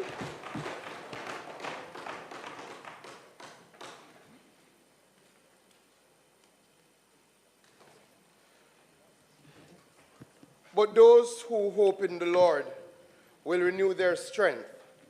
They will soar on wings like eagles. They will run and not grow weary. They will walk and not be faint. Isaiah 40, verse 31. Madam Speaker, I'm acutely aware that I'm able to stand here in this moment because of the enduring mercy of God and the countless blessings He continues to bestow upon me. I'm also grateful for the many persons I come across who have indicated that they have whispered a prayer on my behalf. I am truly humbled and honored to be able to address you once again as the Minister of Agriculture and Fisheries, and of course, mining.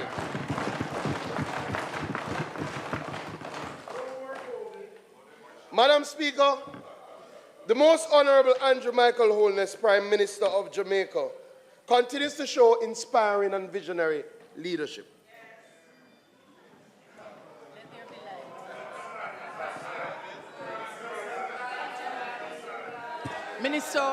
Minister Green. Minister Green, you may not have light. It is. But you have electricity. Okay. And you're not on the clock. Madam Speaker, it is not an easy road, but He continues to restore hope in our island nation. And I'm grateful that He has given me the opportunity to steward these critical areas. To my cabinet colleagues and fellow parliamentarians, thanks for the encouragement and support as we work together to harvest hope, mine possibilities, and create a better future for all. It is my family who keeps me grounded, and I'm grateful to my wife, Carida, and my son, Nathaniel Marcus. It is they who bear the brunt of this life of service, but they provide peace and joy in what can be a difficult journey. My son, Madam Speaker, has formed his own political party among his friends and is advocating for a 4-day work week and a ban on homework.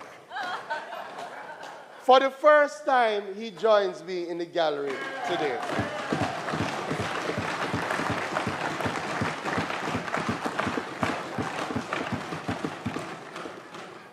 Madam Speaker, I'm privileged to work in tandem with State Minister, the Honorable Franklin Whittle. He is a steady, calm, experienced, and reassuring force.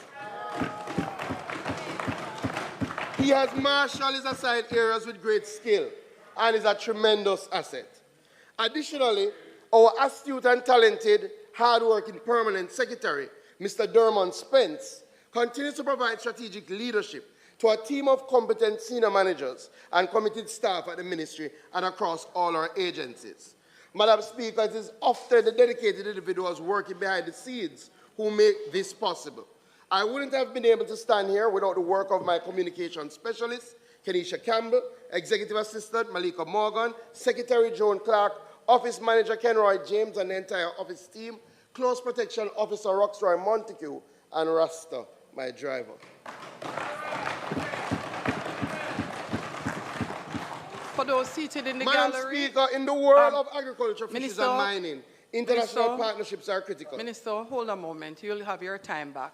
For those seated in the gallery, you're not permitted to clap or bang the desk.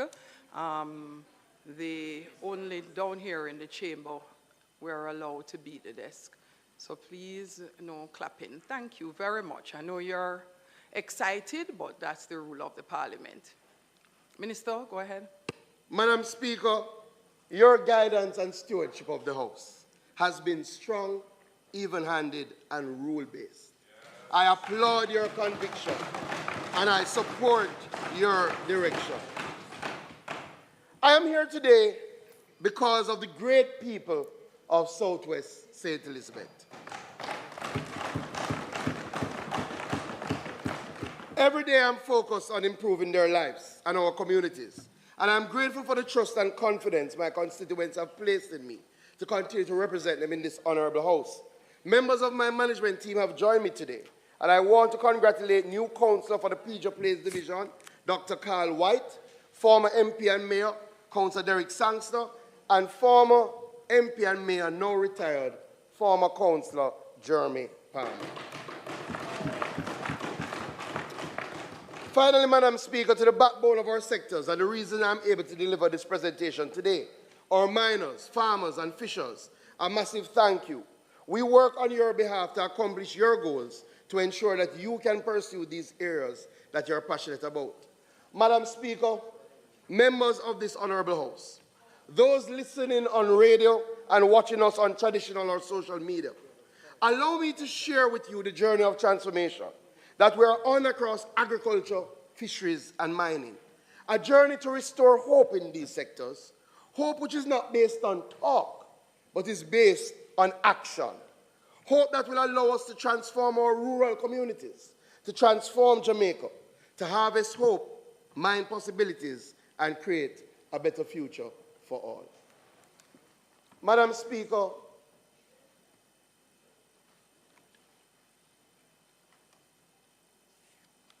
we do have a video insert, but I know we've been having some technical challenges. So I will just wait to see if it comes up.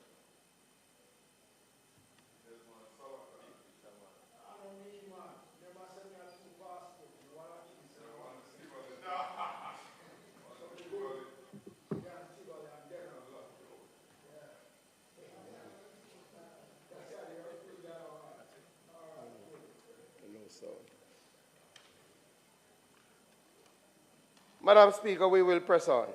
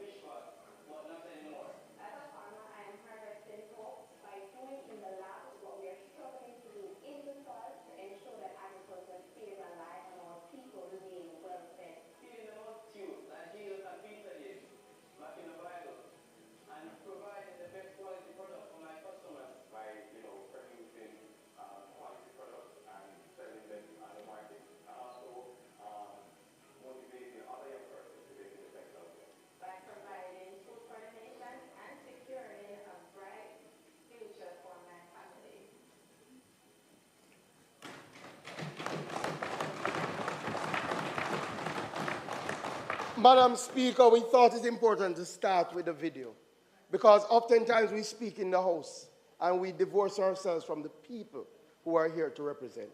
Madam Speaker, our journey on this side is truly to harvest hope, to mine possibilities, and to create a better future for create a better future for everybody. Madam Speaker, to create a robust and effective agricultural sector and a nation that can feed itself, we must prioritize research and development. There was a time, Madam Speaker, that Jamaica was considered the heart of tropical agricultural research, that the name T.P. Lecky was spoken in the four corners of this earth, that Bodles was considered the premier agricultural institution in the Caribbean. We have, however, allowed our research capacity to fall into disrepair. This is what we inherited, Madam Speaker. However, we are changing that reality. Over the last 5 years, this administration has invested $1.5 billion in Bodles as a part of our research center rehabilitation program. We've rehabilitated laboratories, installed modular office spaces, completed a new milk testing laboratory, built a small ruminant house, installed new greenhouses for citrus and hot pepper, rehabilitated the well, installed new storage capacity, new distribution systems, designed 9 new livestock buildings. Madam Speaker, this is not work to come. This is work that has already been done. I am pleased, therefore, to start this presentation by announcing that this Andrew Holness-led government has committed to spend $6.4 billion over the next 6 years. That's $1 billion per year to continue the rehabilitation of borders and the transformation of our research stations in Mount Pelion, Orange River, Top Mountain, and Hounslow.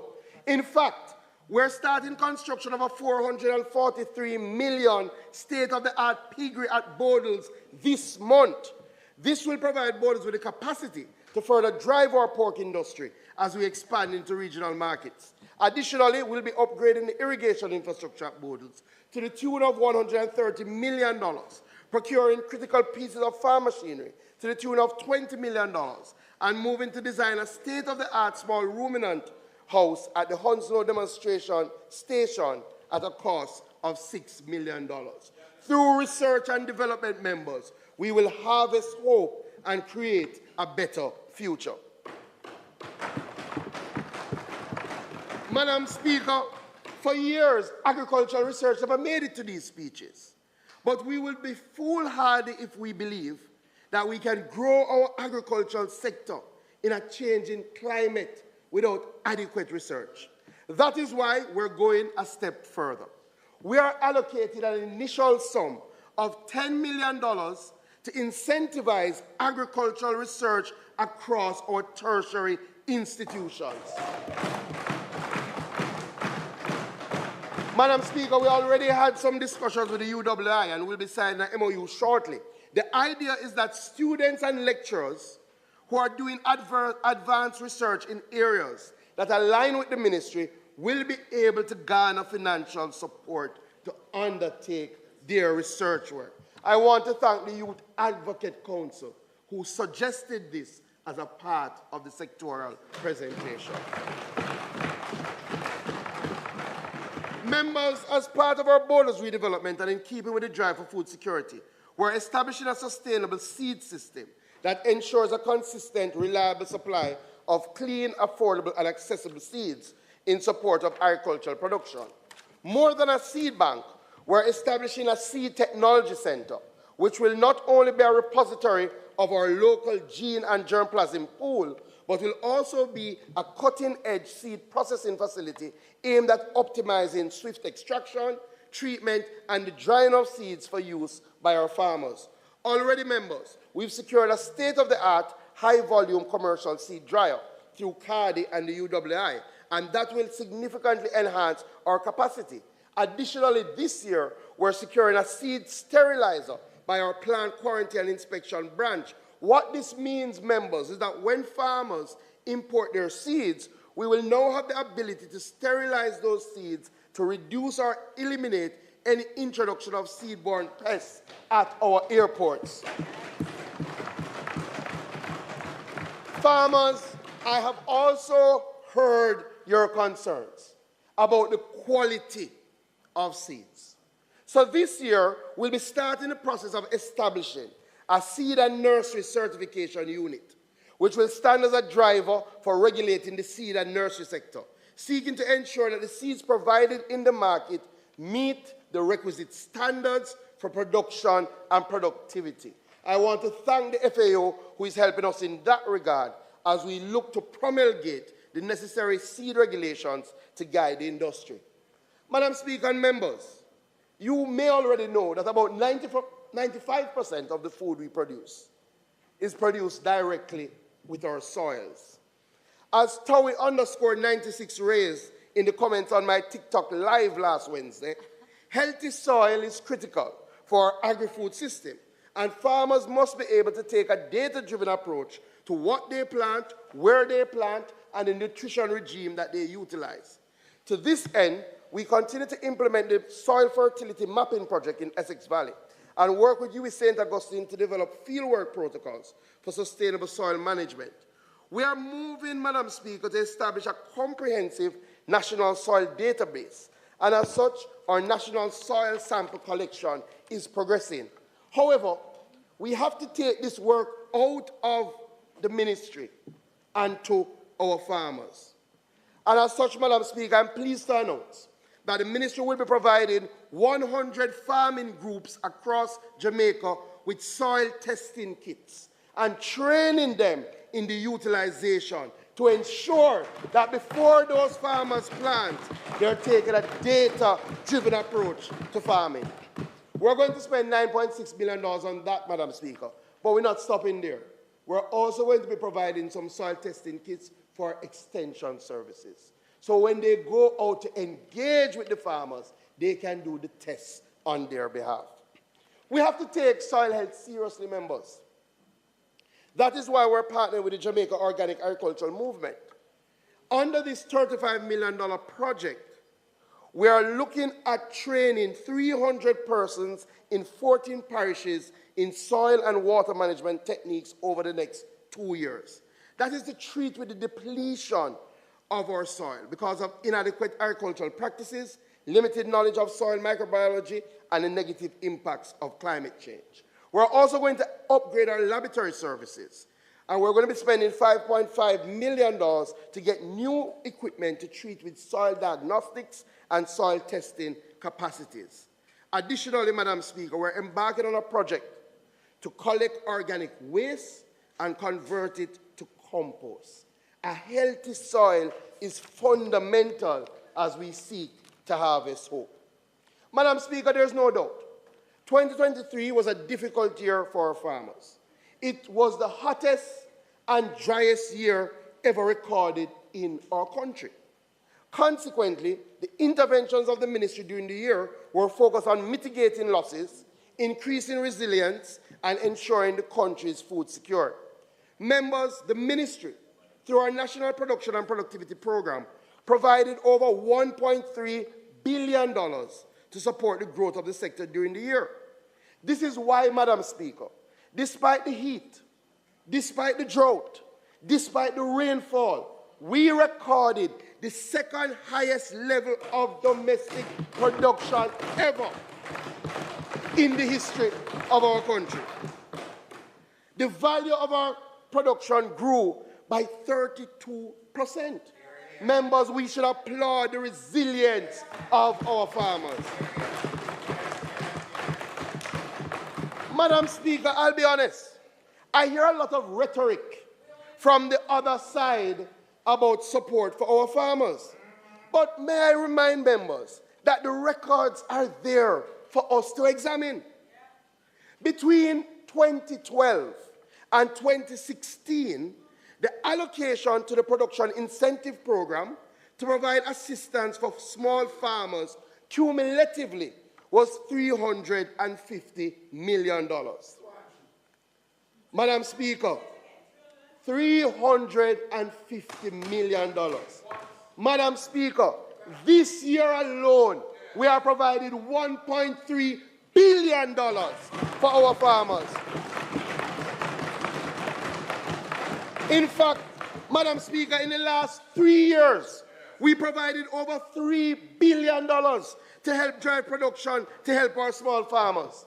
It is not by chance that we achieved our highest production levels ever in 2021, and then we passed that in 2022, and despite the drought, we're at our second highest level in 2023. This is a government that supports its small farmers.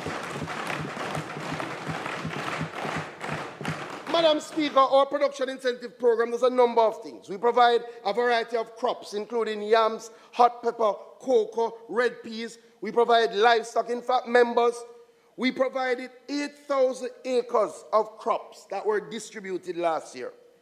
Direct support to 25,000 farmers and generating work for over 82,000 skilled and unskilled laborers. In fact, we provided $85 million to our livestock farmers which helped 4,700 farmers. Madam Speaker, the amount of farmers the other side were able to touch in their entire 4-year term, we have touched in 1 year. We are harvesting hope and creating a better future for all. Madam Speaker, let me tell you about one of the programs.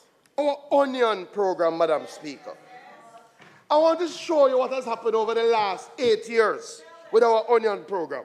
Firstly, you might not know, but the demand, the consumption for onions has moved from 8,000 metric tons in 2017 to 13,000 metric tons in 2023.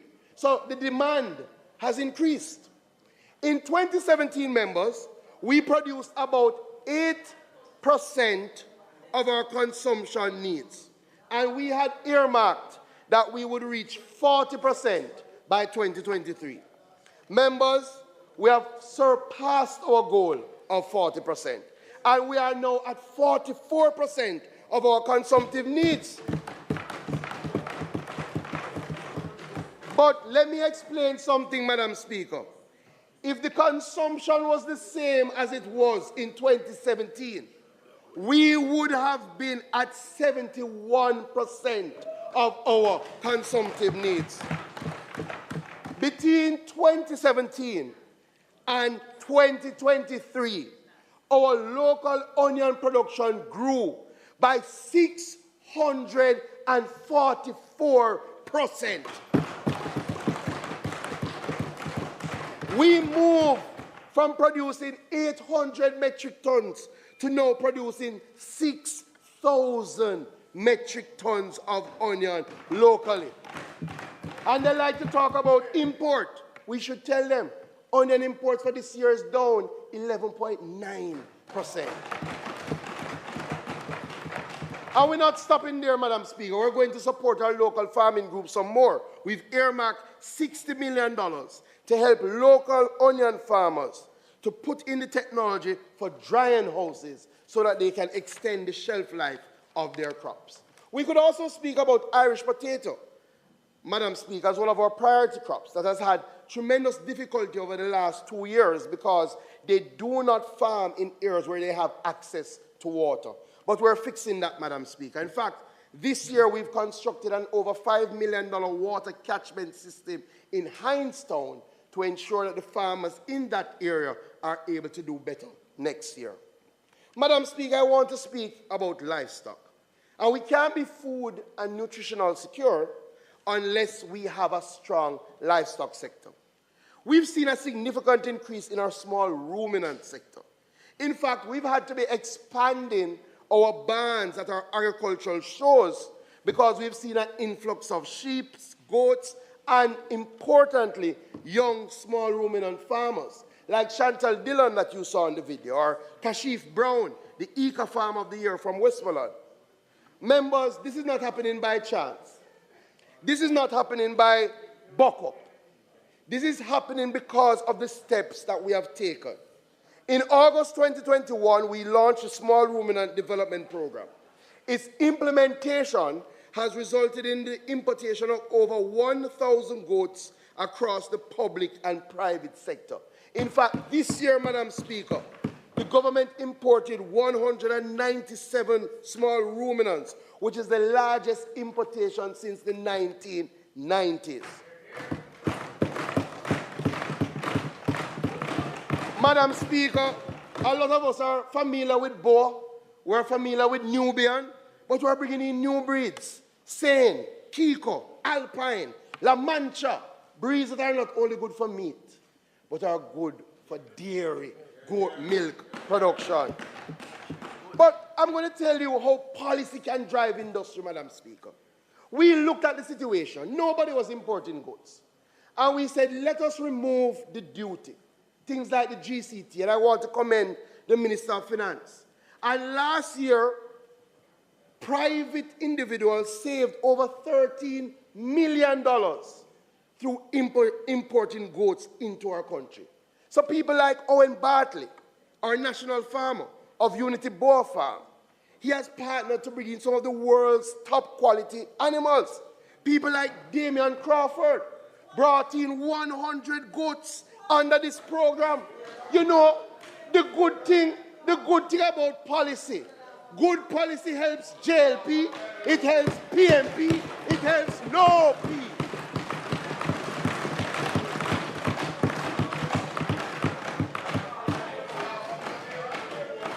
So, Madam Speaker, we are going to be doing more.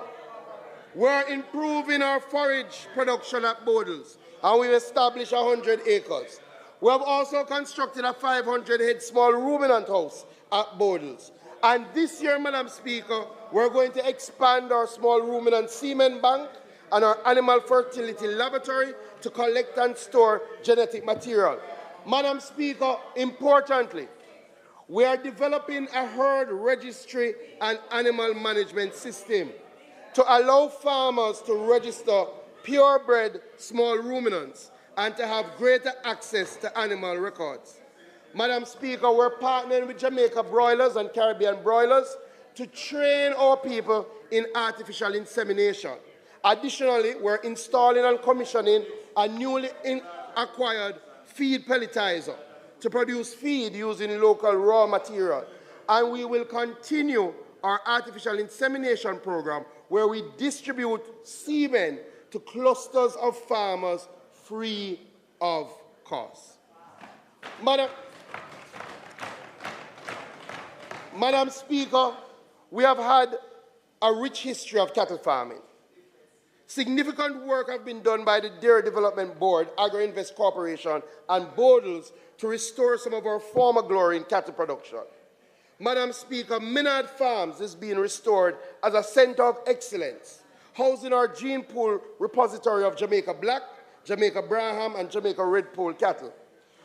Madam Speaker, we have seen a significant turnaround at the Minard Estates, with their first set of calves under the artificial insemination program performing exceptionally well, and with the herds being managed in such a way that we've returned to cattle auctions. As I mentioned, Minard Estates, members, I would like to share with this House that under your government, we are now regularizing the farm hands at Minards. We are taking them from contract work and making them full-time, pensionable employees of the government of Jamaica under their new title, Facilities Custodians. Madam Speaker, for years we allowed our Jamaica Hope line to deteriorate. We're not going to stand by and allow that to happen any longer. January of this year, we embarked on the Jamaica Hope Rehabilitation Program, which is intended to restore the herd's functional capacity by implementing a genetic evaluation system, increasing the frequency of desirable genes in animals, improving milk yield, fertility, and environmental adaptability. As I speak about the Jamaica Hope, I have to speak about dairy. Milk has traditionally formed a part of our healthy diet, being an excellent source of vitamins and minerals, great for bone health. Poor government policy in the 1990s decimated our milk sector. We are bringing it back. Last year, we produced 10.6 million liters of milk. We want to reach 30 million liters of milk by 2030. To achieve this, we're building from the ground up. We're partnering with our educational institutions and have already provided support over the last 3 years, spending some $73 million to Case, Ebony Park, NCU, Nakalva, and Monique, all towards development of their dairy programs. At the secondary level, we're partnering with Sidney Pagan STEM Academy, Dintil Technical High School, Monroe College, Newell High, and we will rehabilitate or construct milking parlors and provide them with the modern equipment and animals needed to ensure efficiency.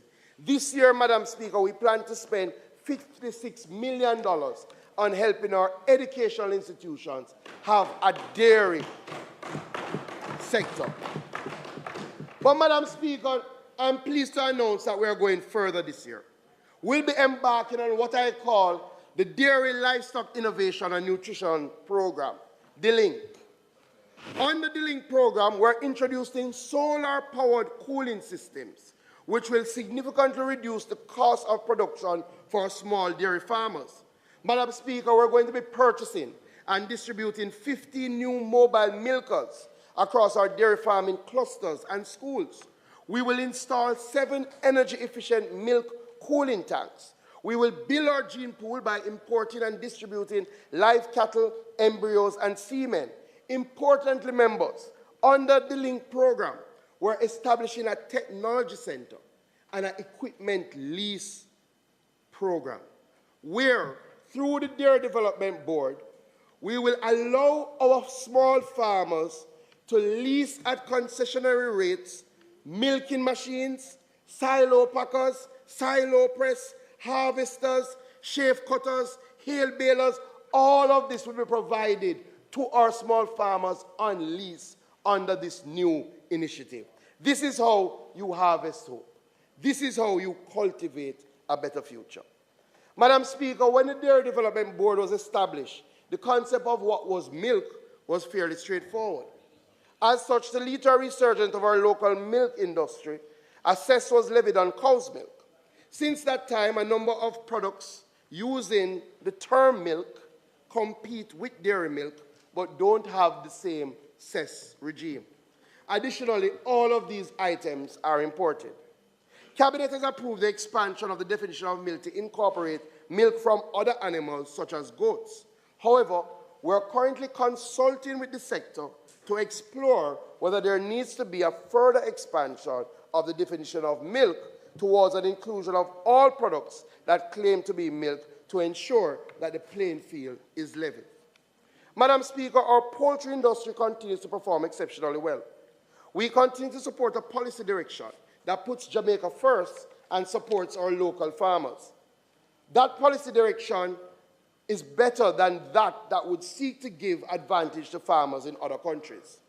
Poultry meat has continued expansion, moving by 25% from 2014 to the 138 kilograms we now produce in 2023. Of that, Madam Speaker, 40% is contributed by our small farmers. We have also seen an expansion in the chicken feet production. And as such, we have reduced our importation of chicken feet by 47%, as we are now able to satisfy that market locally. We're not stopping there.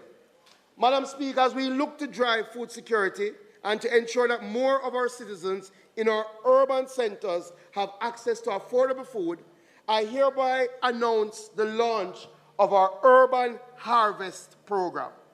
This program will see the provision of livestock, such as chicken, small ruminants, even ornamental fish, across our urban spaces and our inner city communities. We will also be distributing 3,000 backyard gardening kits and putting in an incentive regime to encourage hydroponic farming.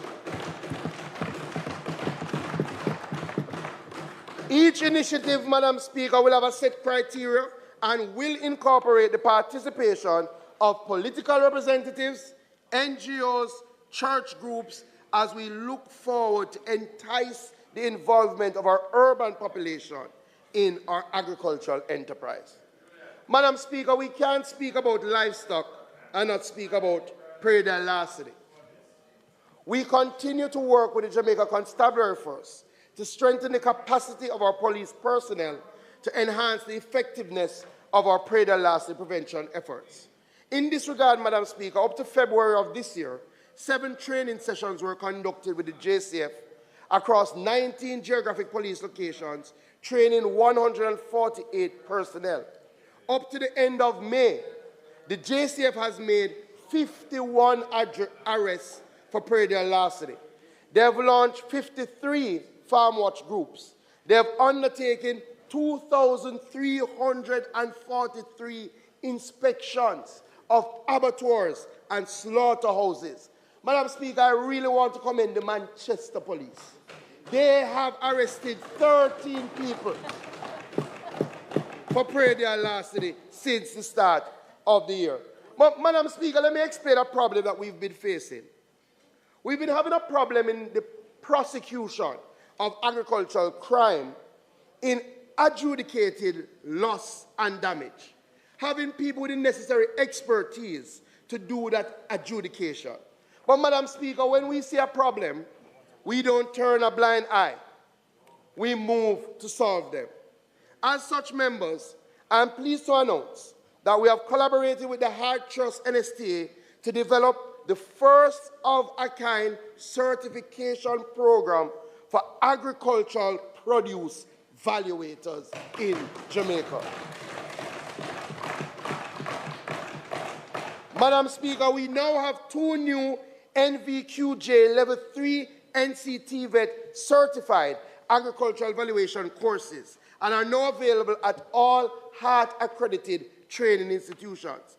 Additionally, Madam Speaker, the Ministry and RADA are finalizing the first cohort of 25 persons who will be trained as agricultural valuators. Madam Speaker, the Prime Minister has mandated that this must be a government of action. Last year, we passed through Parliament amendments to the Agricultural Produce Act, which became effective December 28, 2023. Madam Speaker, these amendments have been in gestation for almost 3 decades. They talk, Madam Speaker, we act.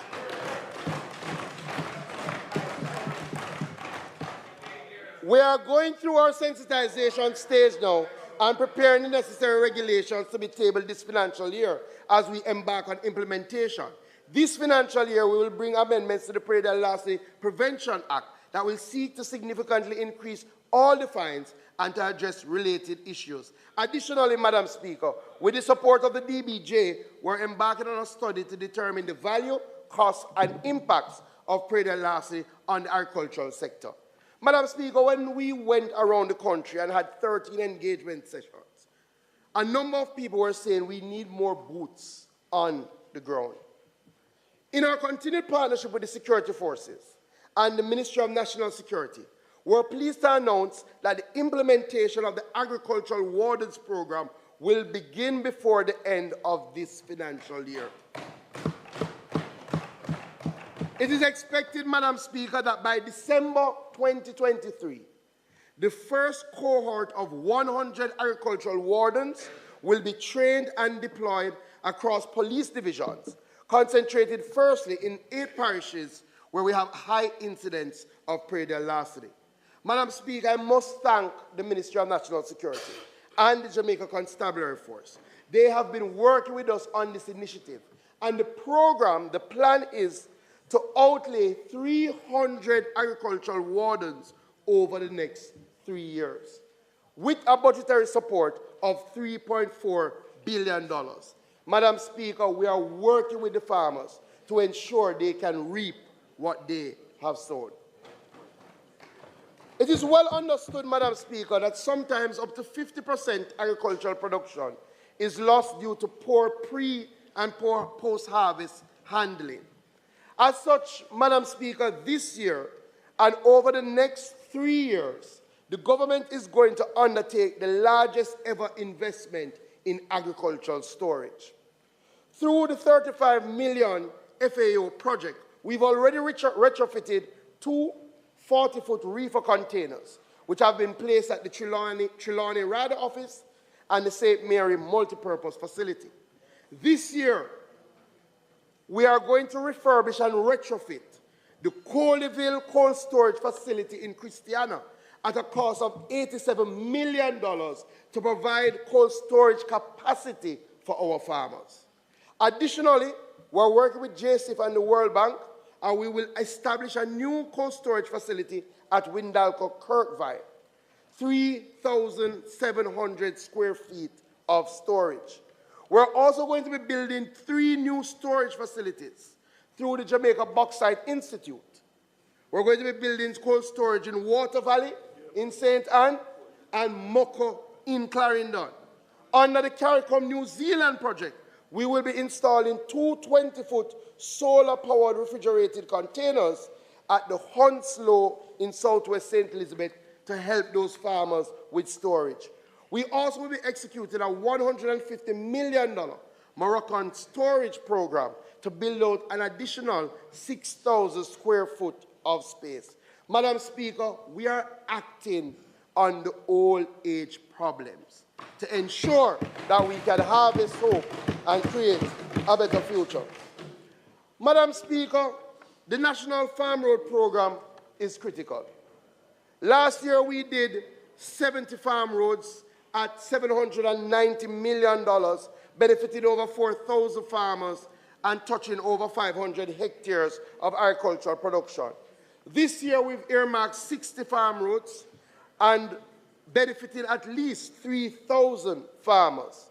Communities like Bull Bay, Maho Hill, Guys Hill, Bonnet in Guys Hill, Clara Town, Banton Town, all of these communities will be helped. But colleagues, by way of policy, I have directed that 10% of the farm road budget be put towards maintenance of our farm roads. It makes no sense we do them and lose them. So as we move into new areas, we have to maintain what we have. Additionally, for our coffee farmers, Madam Speaker, and I know this is near and dear to your heart, I've asked JACRA, RADA, and the NAA to design a coffee road rehabilitation program and to bring it through the PIAB process in an attempt to seek about $5 billion to treat with the road network in that Blue Mountain coffee farm range. Madam Speaker, let me speak about agribusiness development. And our agri-parks continue to do well. But in 2021, we established our first mango agri-park, and we've invested about $104 million in that agri-park. To date, we have irrigation cover for 365 acres. 120 acres is already under production, and a further 80 acres is being put into production as we speak. I really want to commend our 13 investors in the Mango Agri-Park for the work that they're doing.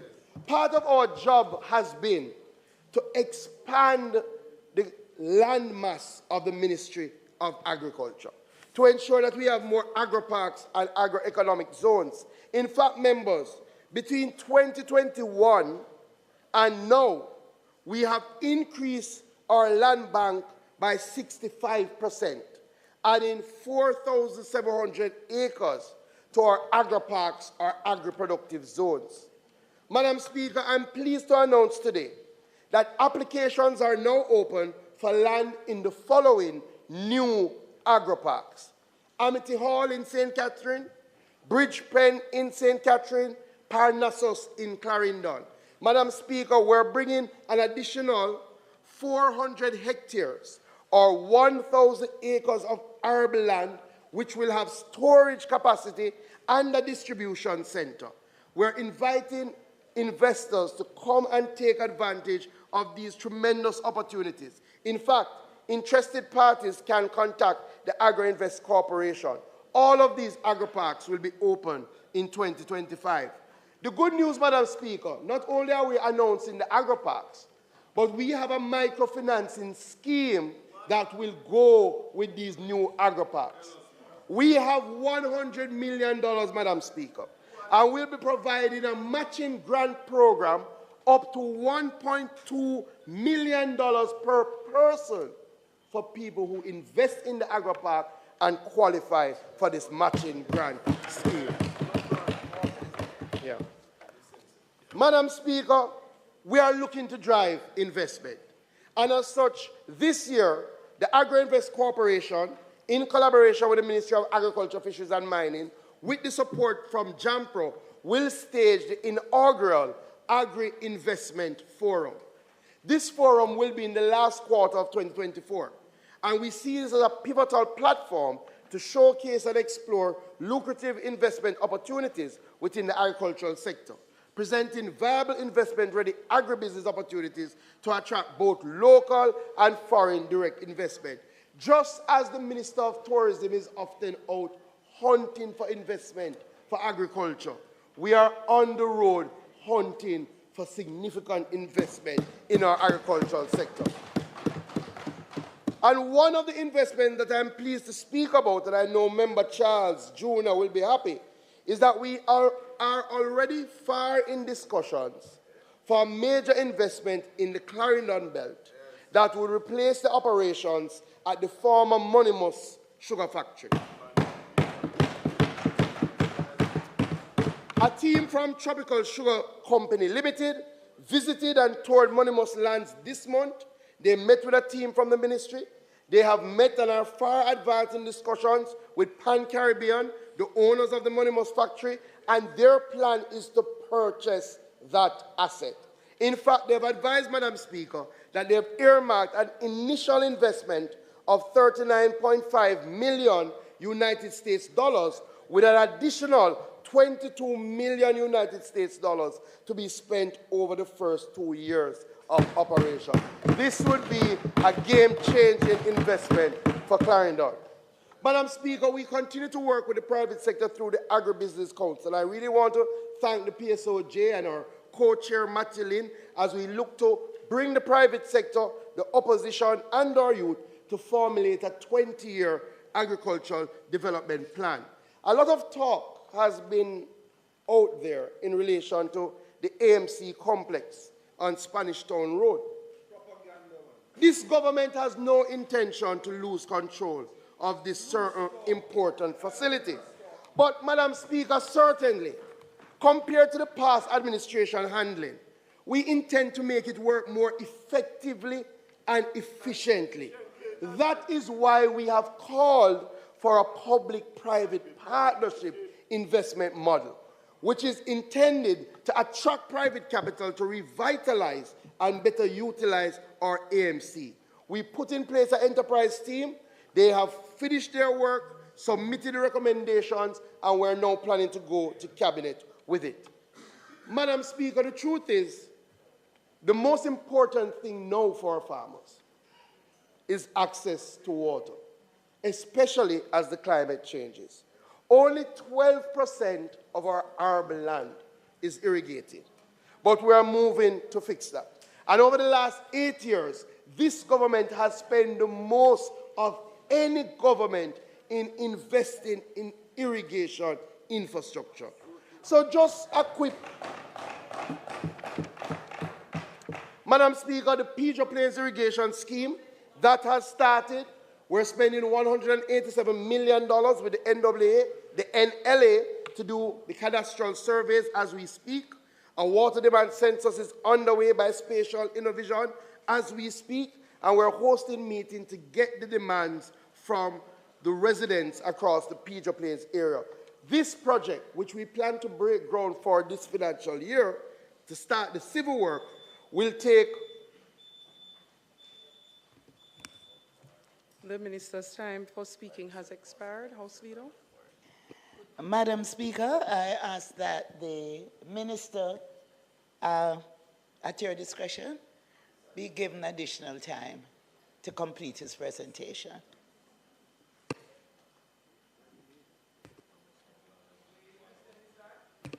And Minister, it would have been beautiful if I could follow the presentation.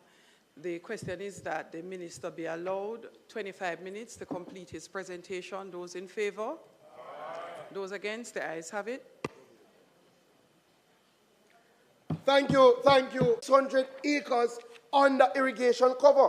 Madam Speaker, in Essex Valley, we've laid all the pipes, we've drilled all the wells, we've finished the rehabilitation of the majority of 27 kilometers of farm road has been done under the Essex Valley project. All we're waiting now is the completion of the procurement for the pumps. In SPAD, we finished all of that, and the pumps are en route. Madam Speaker, let me thank the United Kingdom government for the grant that they provided, which is helping us in this regard. There are other projects on the horizon. Hindstown, Yallas, Lucky Hill Pen. Lennox Lower Leighton in Portland. All of this, Madam Speaker, we plan to spend over the next few years $713 million to bring irrigation to 4,000 hectares to help over 4,000 farmers and to increase our production levels by 50%. Madam Speaker, we continue to focus on drought mitigation. And last year we spent over $175 million in relation to the drought. This year we are continuing that work. We plan to continue to establish retention ponds in highly productive zones to ensure that when the rain does come, we're making the most of it. Additionally, Madam Speaker, I'm pleased to announce today that we will be starting a new black tank irrigation program where we will be distributing 2,500 irrigation kits over the next year.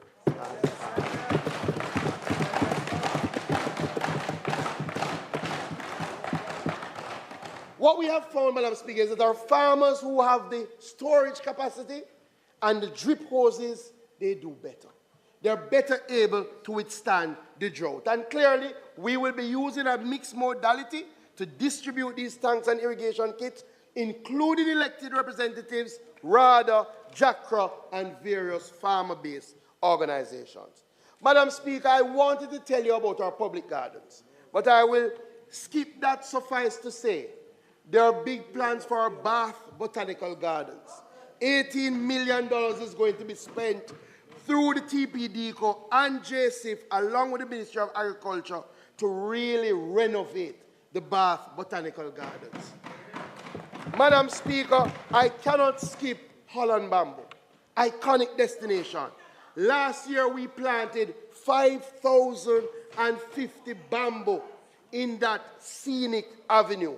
The drought has been difficult, but we've spoken to the Permanent Secretary, and we will be looking to treat with an irrigation system for that Holland bamboo. And we know the Member of Parliament, along with the Minister of Finance, along with the Prime Minister, under the Spark program, will treat with the road to make the Holland bamboo experience even better. Finally, Madam Speaker, on the public gardens, we are going to establish a new public garden. Madam Speaker, our vision, we need a public garden in each parish. Yes. We need a public botanical garden in each parish. We can partner and call it a wellness garden. We are going to start by establishing one in Montpelier in South St. James, Homer Davis. We're going to establish a new botanical gardens in land that we have in Montpelier. Madam Speaker, I could boast about our expansion in exports, but I'm going to go quickly. Suffice to say that we raised more money, we earned more money this year than last year from our agricultural exports.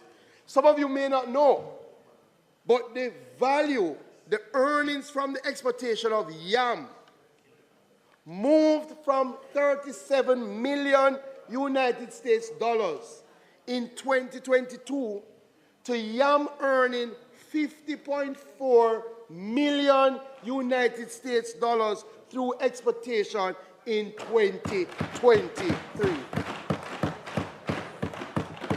While yellow yam is still the major contributor, we're seeing increases in demand for Lucy, Negro, sweet yam, and other areas. Madam Speaker, the other area that we've seen significant growth in export is in our sauces. In the first 9 months of 2023, we saw a 20% increase in earnings from sauces exports, moving from US $27 million to US $33 million in earnings. This augurs well for our spices sector, especially as we seek to secure the agricultural value chain. More of our agri-processors are looking to expand their agricultural output. Madam Speaker, while the brands are too many to call, allow me to recognize the work of Picker Pepper, Walker's Wood, Spur Tree Spices, Scotch Boys, and of course, Grace Kennedy. Madam Speaker, we have a program for our spices sector.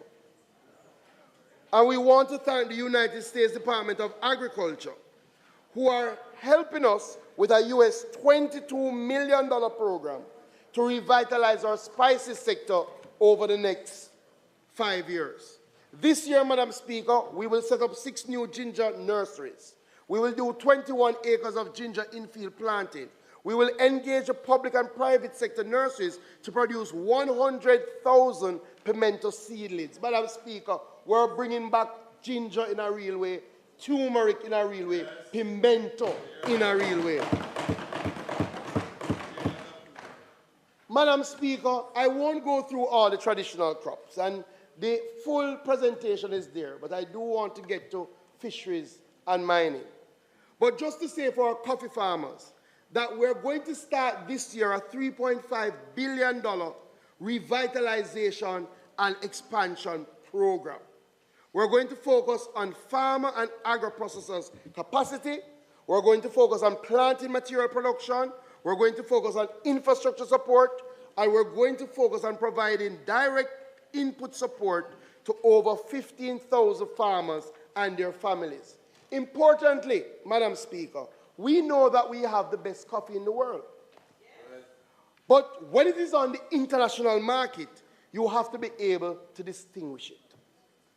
We are going to be implementing this year blockchain technology to provide digital traceability from our coffee farms to our finished Blue Mountain coffee product.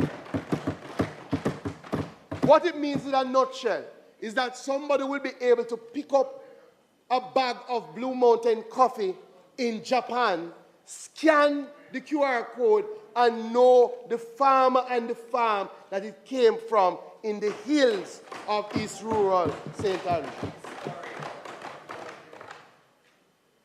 Madam Speaker, we saw an increase in cocoa production. But the area I want to focus on in relation to cocoa is what we're seeing happening on the local market. Local sales figure for our cocoa last year increased by 76%. What it means is that our local chocolatiers are the ones that are buying our cocoa and adding value to our cocoa. We have the best cocoa in the world. One of the few fine flavor designated cocoas. And some people say, do we have the best cocoa in the world? Well, let me tell you.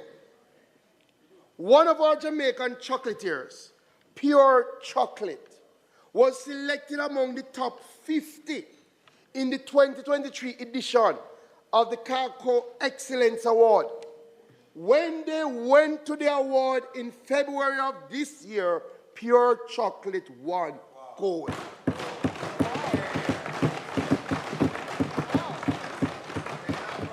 This is a new paradigm for our cocoa industry. Madam Speaker, we're doing a lot of work around coconut. Significant work. And I want to commend Dr. Wayne Myrie and the team who have reduced the spread of lethal yellowing by 70%. That is what was holding back our coconut sector. We've worked with CARDI, ITC, Coconut Industry Board, Scientific Research Council, Alligator Head Foundation, RADA, NACALVA, and we've formed what we call Alliances for Action in Coconut. And we've done significant distribution over the past year. This year, we're going to be working with 10 agro-processors to support the development of agri-business solutions and continue research on climate-resistant varieties. Additionally, Madam Speaker, the private sector is stepping up and answering the call in coconut. And I'm happy to indicate that the SCG has advised me that they're entering into a lease for 220 acres of former sugar land to be put into coconut production. Madam Speaker, bananas are still doing well, and we're coming back in relation to bananas. And where we've seen significant increase is in our planting sector. And we've launched a planting pilot project where we provided $20 million to establish 20 hectares of planting, and that is going well, Madam Speaker. But, Madam Speaker, let me speak about some of the challenges that we face. One of the main barriers for entry and expansion into agriculture is the cost of input supplies. From seeds to fertilizer to chemicals to irrigation equipment, farmers have been complaining about the prices. What we appreciate and we notice is that when the world prices go up, there is an increase on our local market. But when the prices go down, we have not seen the same levels of decrease. Madam Speaker, we've started to reach out to our input suppliers because this is critical to drive agriculture. And I want us to commend Newport Fersan, who has reduced their fertilizer prices by up to 13% on all granular fertilizer. And I want to urge the retailers to pass on the savings. Madam Speaker, as we drive climate resilience, the team and I met with Isratech. And I'm pleased to announce that Isratech will be making the following reductions. 10% discount on all drip hoses and products manufactured under the Jamaica Drip Division. An additional 5% on all drip irrigation-related accessories. Additionally, if you operate in our agri-parks, you are going to get a 25% discount on irrigation equipment supplied by Isratech. There's another thing that Isratech agreed to. They agreed that they will provide free technical irrigation designs for any farmer that is utilizing their irrigation system.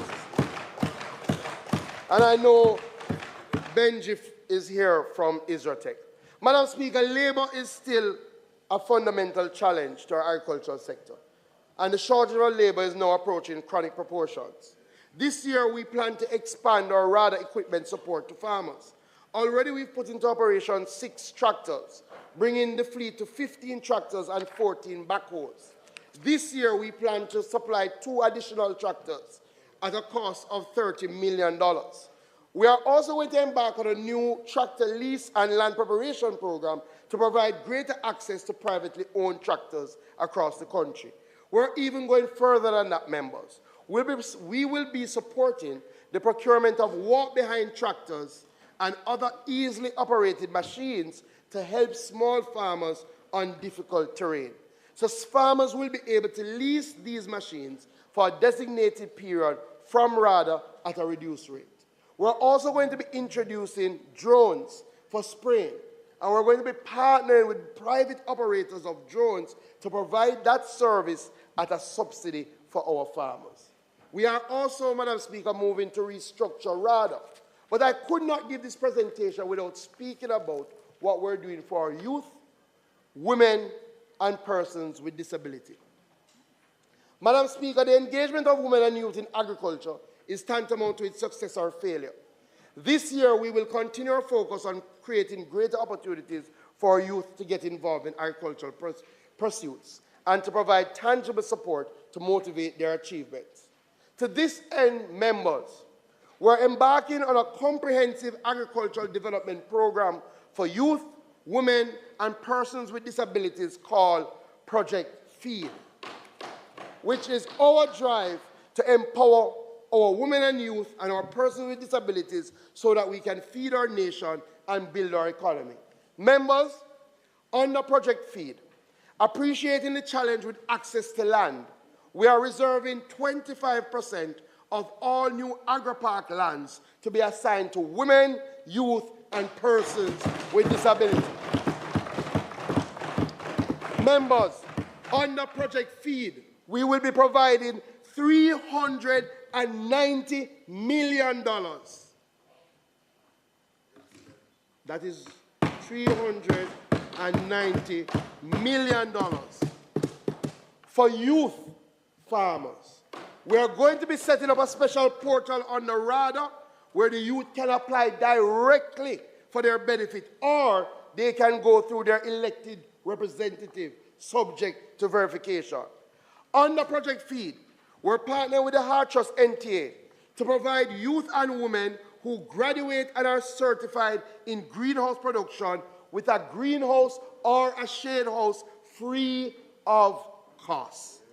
We're also going to provide them with input support for their first crop And Madam Speaker, if they don't have the land, we will try to find the land for them in one of our agri-parks. Under Project Feed, Madam Speaker, we're introducing an agricultural scholarship program to provide support for our young people, especially those who have excelled in agriculture and related fields in high school. We need geneticists, we need agricultural engineers, we need precision agricultural specialists, we need soil scientists, and as such, we're going to be working with the private sector to make $100 million available for agricultural scholarships for those who want to pursue careers in agriculture. This will be managed through the 4-H Club. Under Project Feed, Madam Speaker, we're going to partner with the Heart Trust, and we're going to provide island-wide tractor operations and maintenance training to any youth who wants to do it free of cost. We are looking to have our new generation of tractor operators. Under Project Feed, we're starting a new small rooming and training program through the Jamaica 4-H, where youth and women will be trained, and at the end of the training, they will be granted animals to start their agricultural enterprise. One of the components that I'm happiest about under Project Feed, Madam Speaker, is that we're going to be starting a mentorship program. A lot of youth get involved with agriculture, but they need guidance. And as such, we're going to be partnering our youth farmers with mentors, old farmers, so that they get an in-depth understanding of agriculture, business, leadership, and this will be done through the 4-H Club. Under Project Feed, we'll be partnering with the Jamaican Network of Rural Women to develop cottage industries around goat milk, cheese, yogurt, soap, jams, jellies, pickles, and syrups. Madam Speaker, it is youth who will shape the future of agriculture. And as my friend Angus reminded me this morning, no farmer, no future. This government is ensuring that our youth, our women, our persons with disabilities are truly able to harvest hope, mine possibilities, and create a better future. Madam Speaker, we're introducing through the 4-H Club an Adopt a School Garden program. School gardens are so critical for agricultural enterprise. And as such, we'll put out more information about this, but I want to say to the private sector, work with us around our Adopt a School Garden program. Let me turn to our fisheries sector, Madam Speaker. And I won't speak about the increases, but just to tell you, we're seeing increases in our fisheries sector. But importantly, last year, Madam Speaker, our conch became the first queen conch fishery in the world to be certified as sustainable under the Marine Stewardship Council. Madam Speaker, what this means is that our conch is considered best in the world. And, you know, we have to celebrate this, Madam Speaker, because 3 years ago, about 5 years ago, we shut down our conch industry. And then 3 years ago, when I was last Minister of Agriculture, we reopened our conch industry. And we said we would do it differently.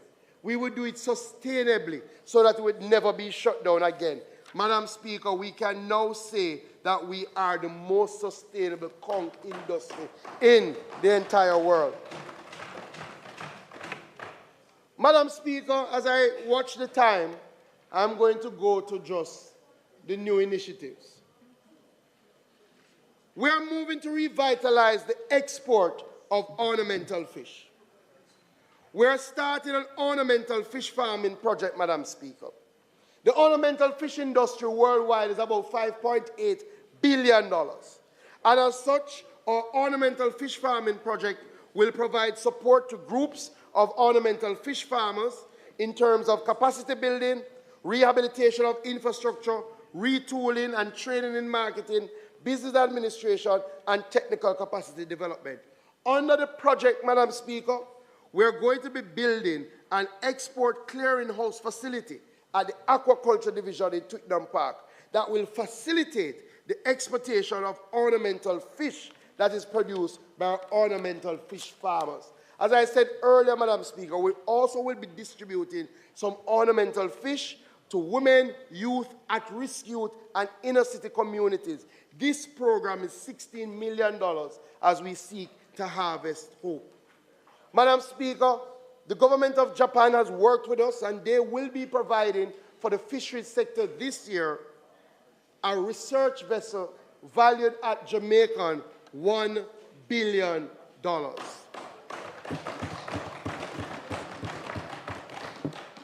This will allow us to conduct abundance surveys and distribution surveys and really understand our marine environment and the impact of climate change. This is critical, Madam Speaker, and I really want to thank the government of Japan and the people of Japan for their support in that regard. Madam Speaker, our strategic flagship conservation program is the development and management of our fish sanctuaries across Jamaica.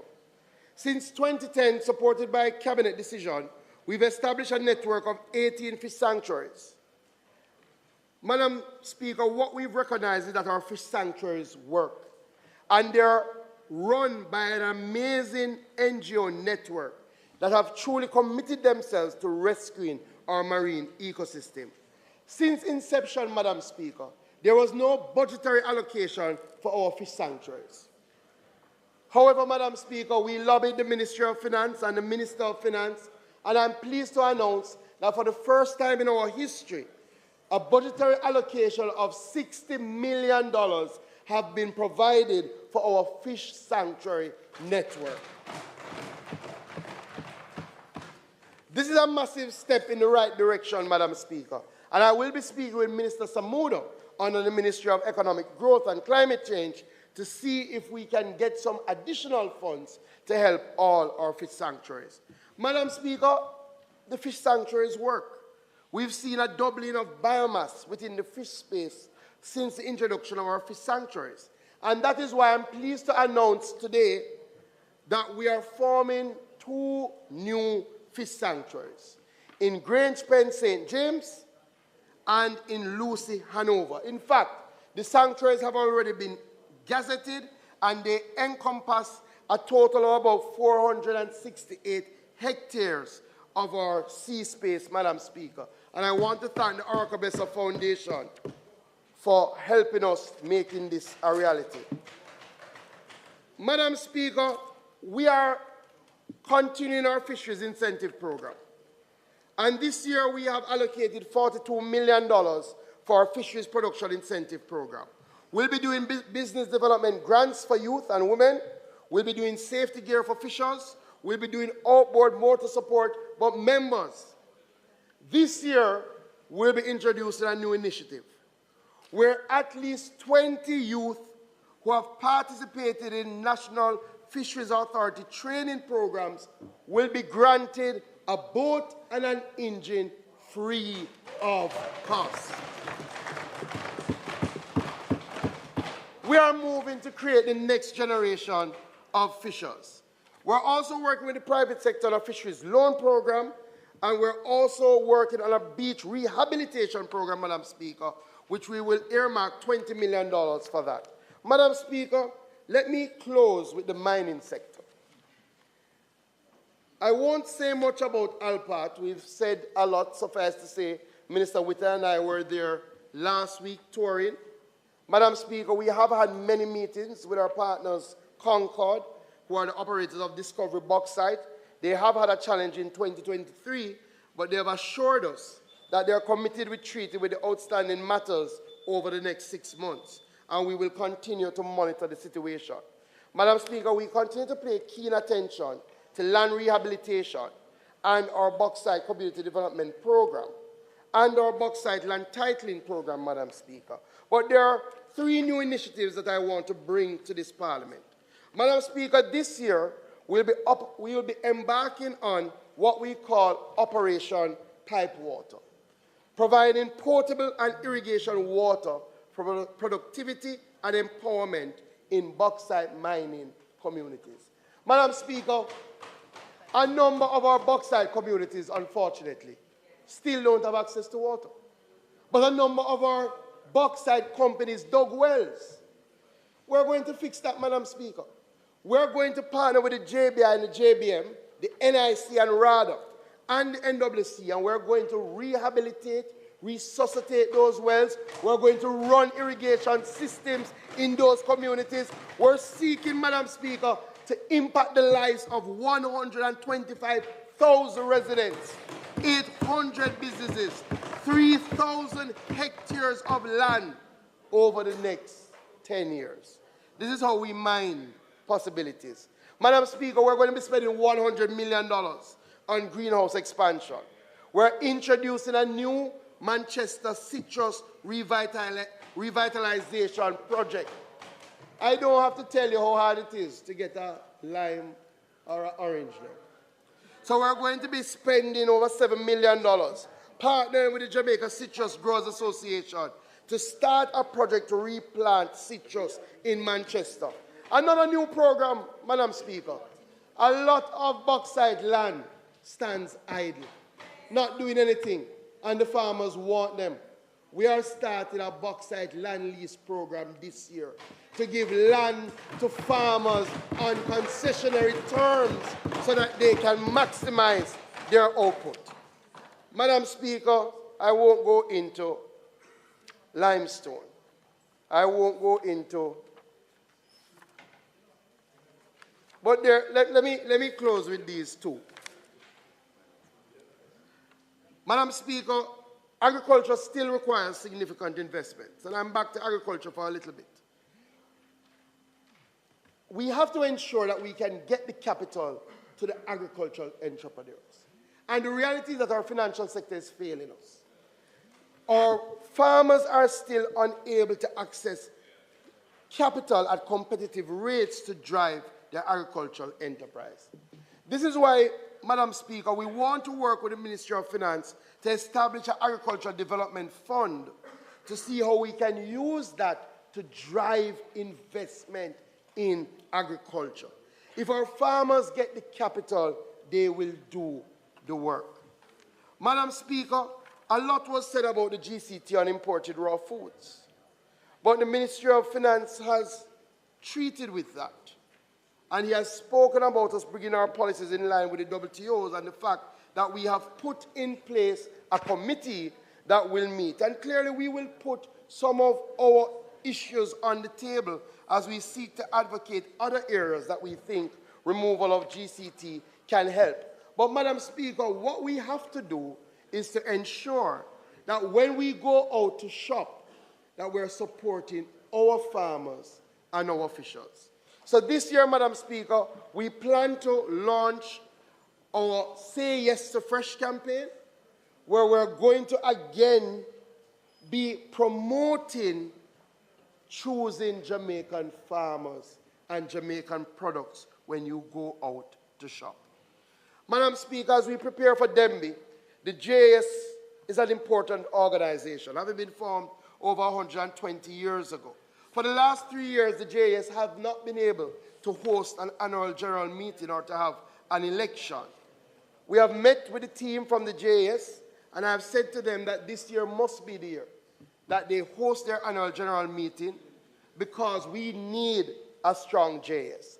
And it would be extremely challenging to continue to support an organization that cannot stage the most basic democratic tradition.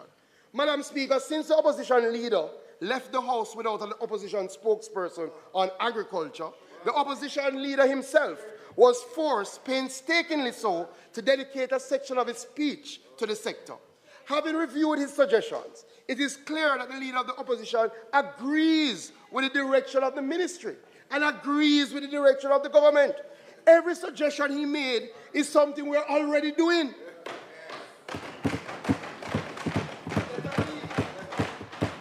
The opposition leader says increase youth training. Last year we offered 169,000 training opportunities for our youth. The opposition leader says expand and repair farm roads. Last year we did 70.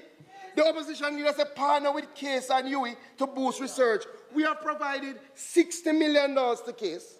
We're partnering with UWI Sadiqa for a gluten-free flour. We're partnering with NCU for dairy research.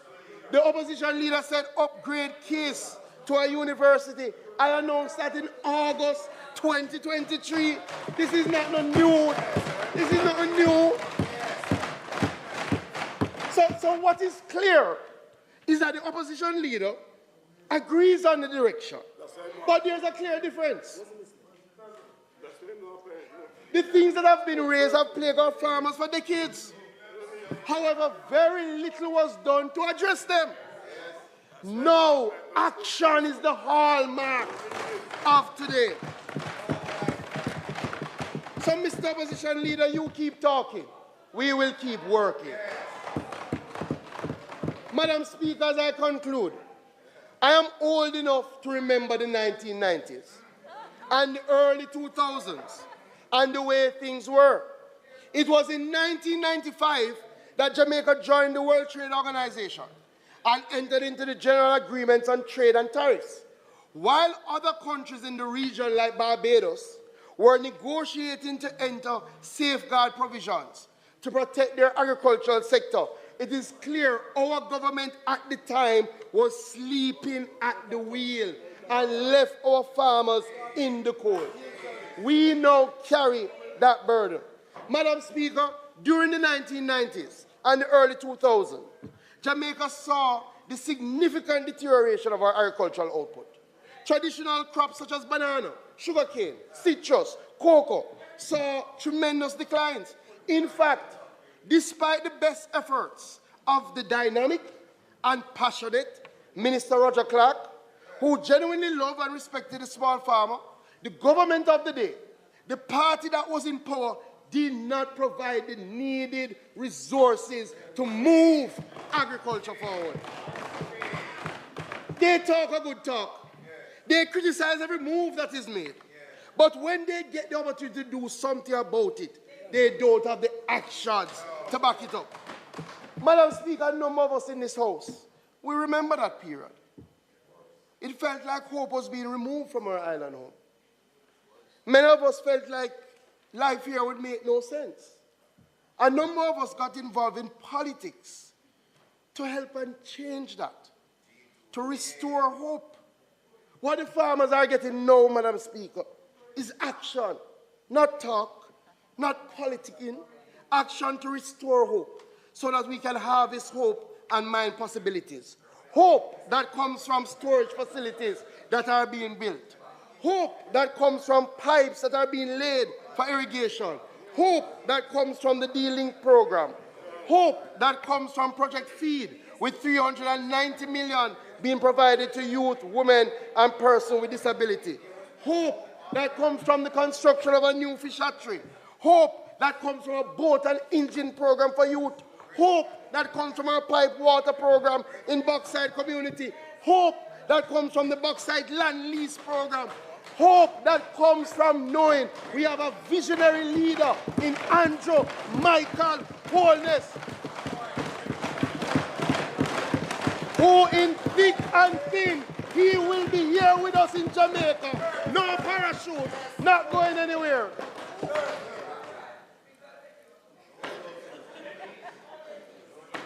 We will do everything, Madam Speaker and members, to remain on this trajectory.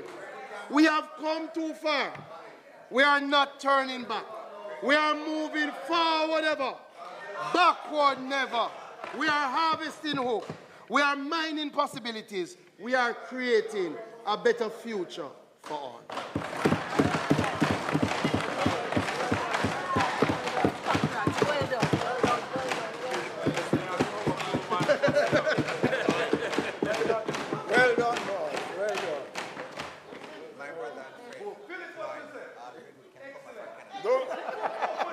Well done. Thank you. Well done, brother. Don't need an opposition spokesperson. Madam The Speaker. job is being done. Madam Speaker, an excellent presentation by the Minister of Agriculture, Fisheries and Mining. So at this time, Madam Speaker, I now ask that the sectoral debate be suspended.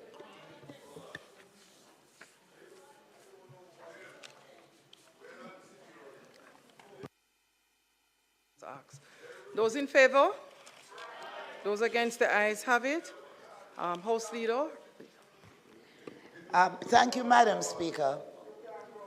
I now ask for a recommittal of items, statements by ministers, announcement, petitions, reports from committees, and notices of motions given orally. Copies are being made of the Prime Minister's statement. I have one copy here that I'll make available to the opposition until the others are done. Yes. Thank you, Madam Speaker.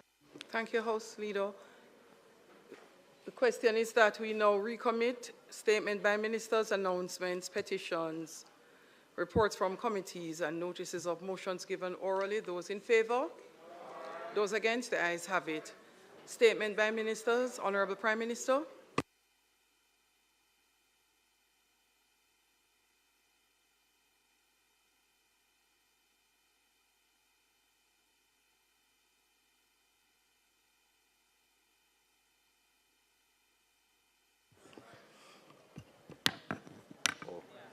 Thank you, Madam Speaker. The purpose of my statement today is to provide this Honourable House with an update on the progress of the Shared Prosperity through Accelerated Improvement to our Road Network, the SPARK program.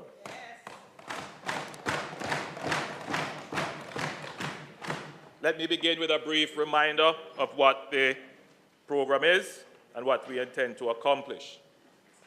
The program allocates 40 billion Jamaican dollars over 2 years.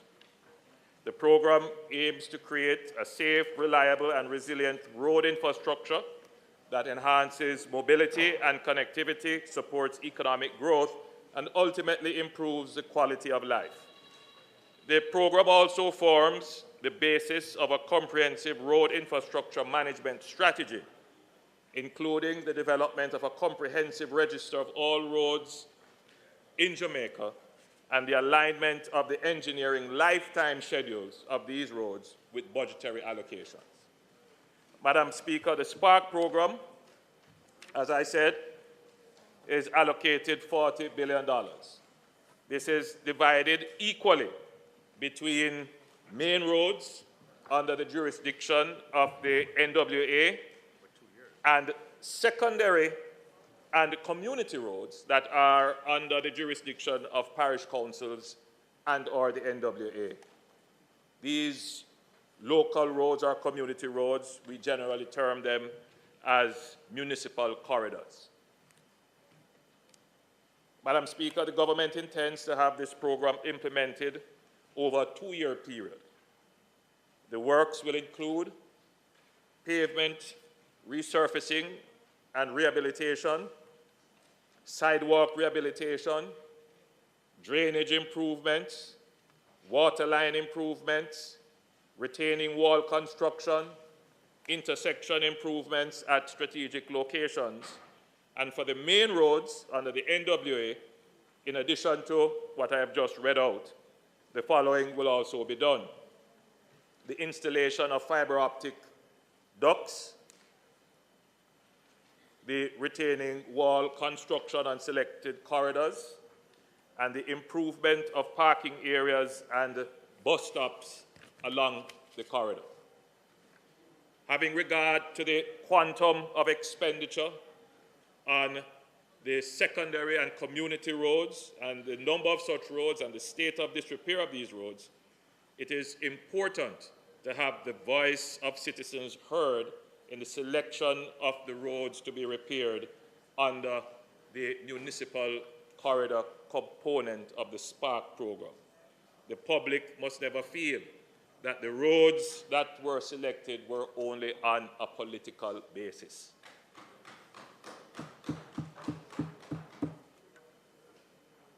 Madam Speaker, the SPARK program is a capital works program, and therefore the treatment of the road must meet the standard of capital works. So to be clear, we are not seeking to patch roads or even do small sections of rehabilitation. We are seeking, Madam Speaker, to have a full reinstatement, full redevelopment of our road network.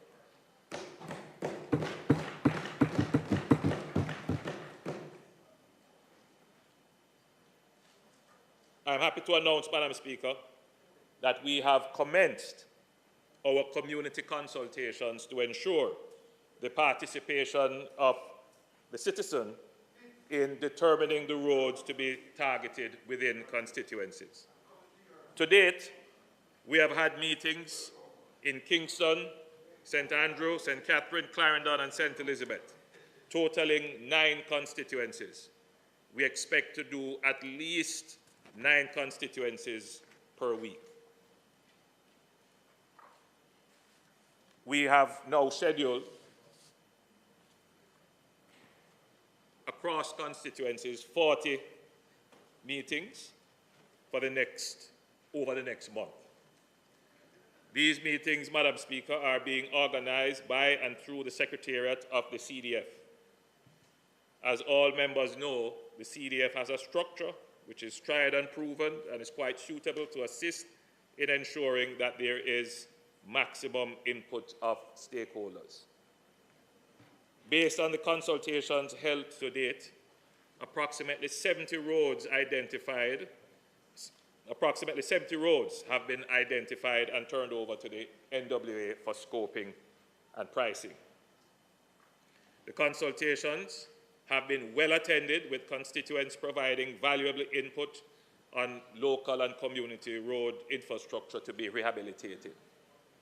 I have had one report, Madam Speaker, of a consultation where it did not go as we would have wanted it to.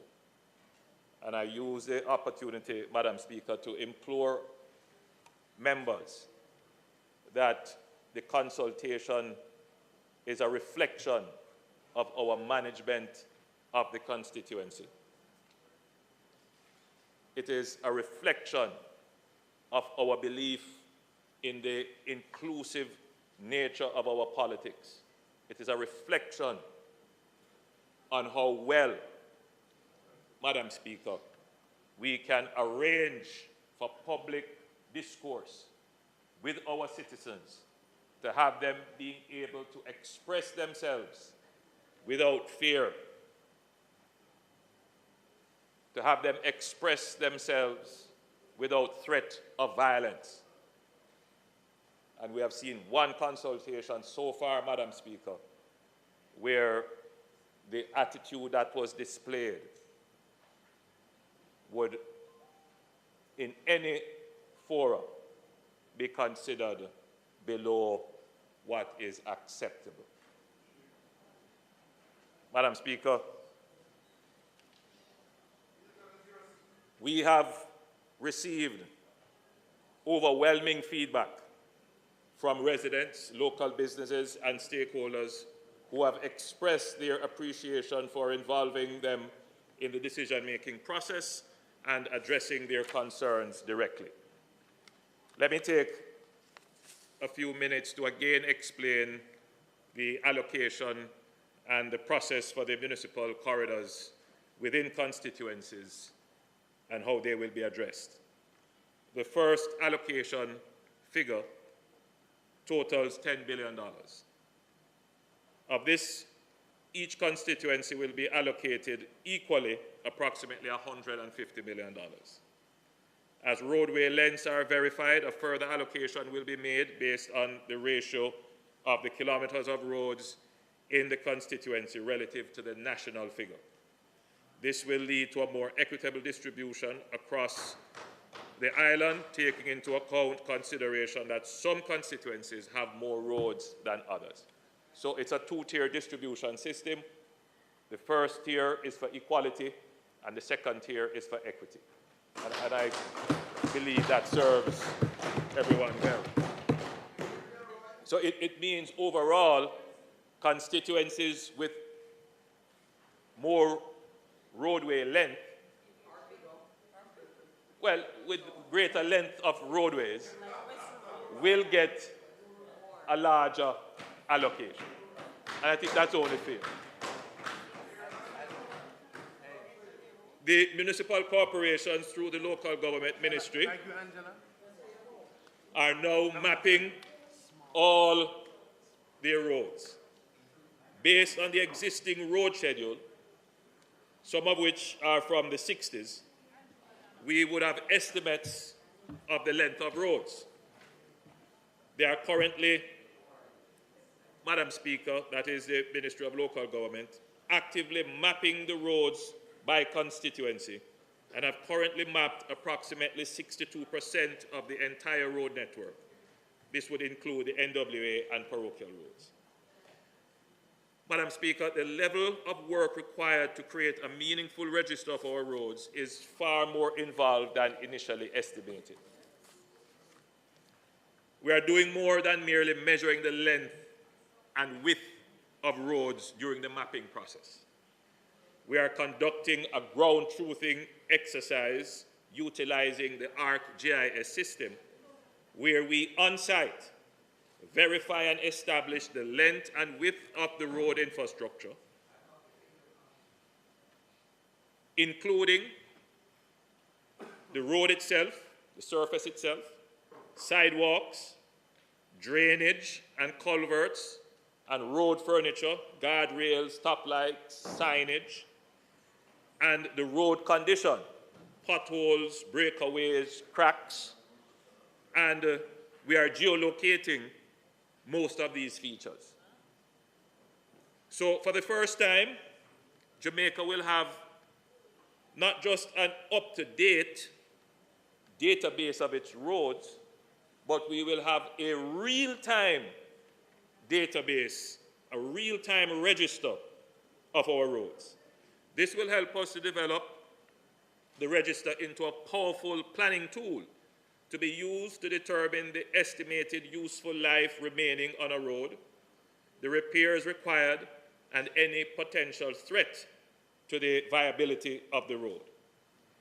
The intention of the administration is to put in place a long-term strategy to manage the maintenance of our roads. The local road component of the SPARK program will be designed to have an engineering lifespan depending on location, environmental conditions, and usage of between 7 to 15 years.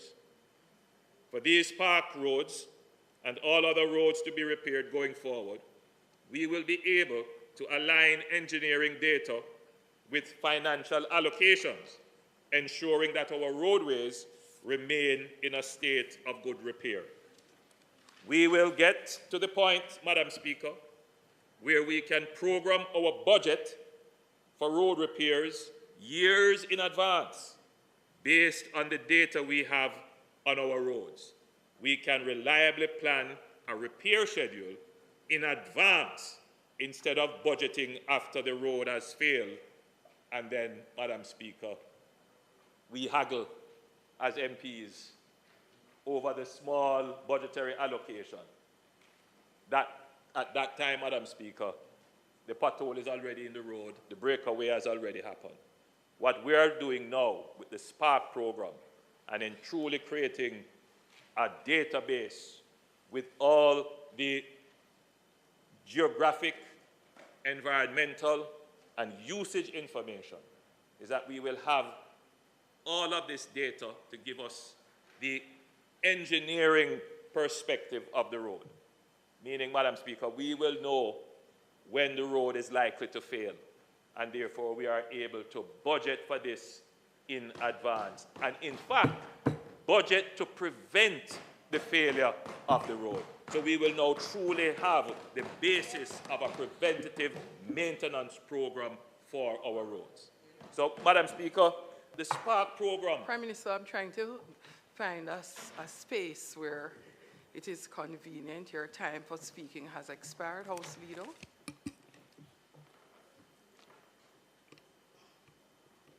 Madam Speaker, I ask for your permission to allow the Prime Minister to complete the presentations.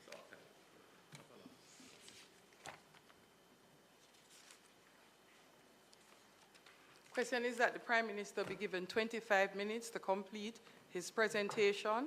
Those in favor? Aye. Those against? The ayes have it.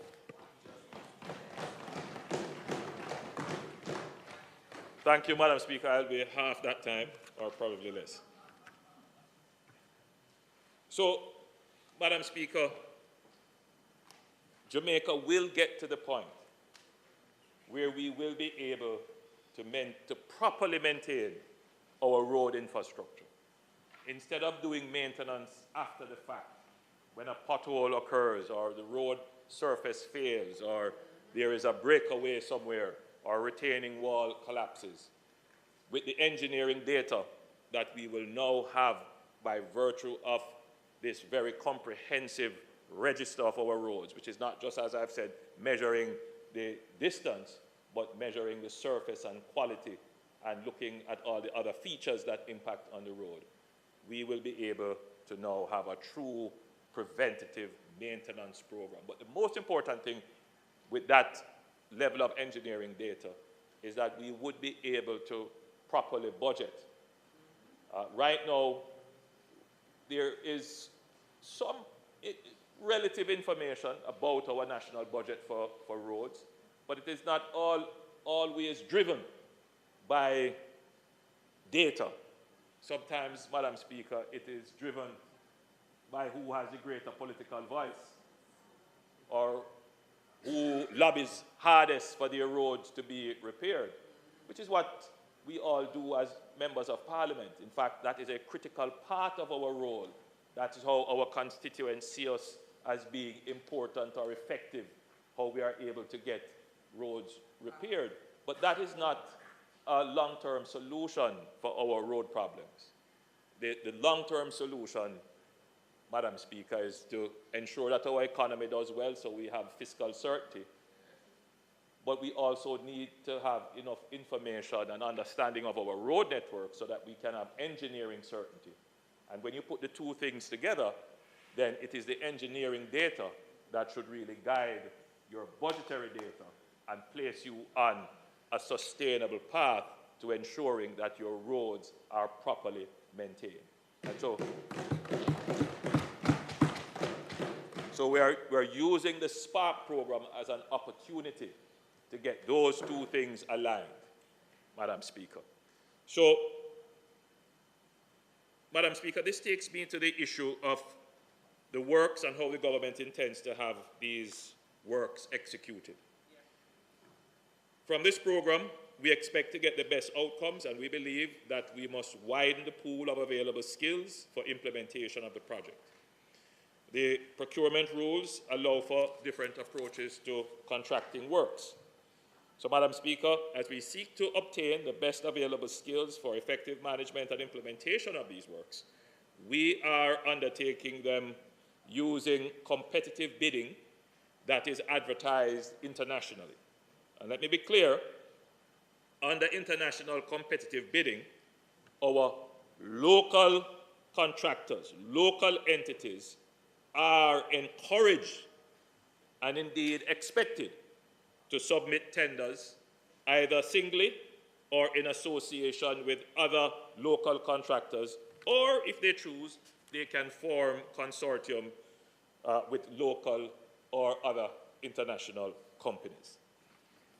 Madam Speaker, the pre-qualification documents would have been available for download as of Monday, April 22nd, and the tender period will now close on Friday, May 24th, 2024. The award will be done in 4 packages of approximate equal value, roughly between $7 and $8 billion per package. Package 1, Kingston, St. Andrew and St. Thomas. Package 2, St. Catherine and Clarendon.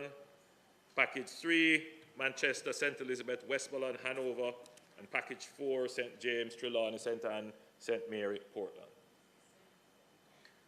10 construction companies, 6 local, 4 international, participated in the pre-bid meeting for pre-qualification. It is to be noted that since the pre-bid meeting was not compulsory, it is possible that additional companies will submit proposals by the closing date. Evaluation will be done by the 31st of May 2024 to select pre-qualified bidders based on established criteria, including capacity and work experience. Pre-qualified bidders will be invited to submit bid proposals by August 15, 2024. It is expected that evaluation and award of contract will be done by September 30th, 2024. The bid proposals will be informed by the main roads that have been selected by the NWA and the constituencies coming out of consultation. So let me walk through this, Madam Speaker, so that we all understand it. Once the 4 pre-qualified bidders have been selected, they then have to go out and scope the works so that they get a good understanding of what the cost, what they really are going to try and get is what a unit cost is for the repair of roads. So it is best that they have the actual roads that they are going to bid for. If the consultations are not completed, then what will happen is that they will be essentially examining an estimated set of roads that the NWA has already. But that estimated set might not be the exact set that you have selected. So I'm imploring members of Parliament to, as quickly as possible, cooperate with the CDF office to have your consultations so that the pool of roads that are going to be addressed is the pool of road that will inform the unit price for which the pre-qualified bidders will use to compete for the roads. So it is absolutely important that your role of getting the consultations in and getting the road selections in, that is done. Ideally, we would like to have all the roads selected by the end of June.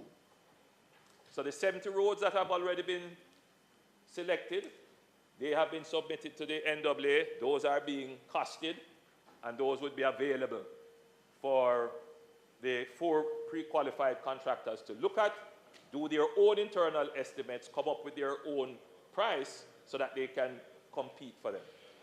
But if it is just a general pool of estimated roads, then they might get figures that are not relevant to the actual roads that are selected.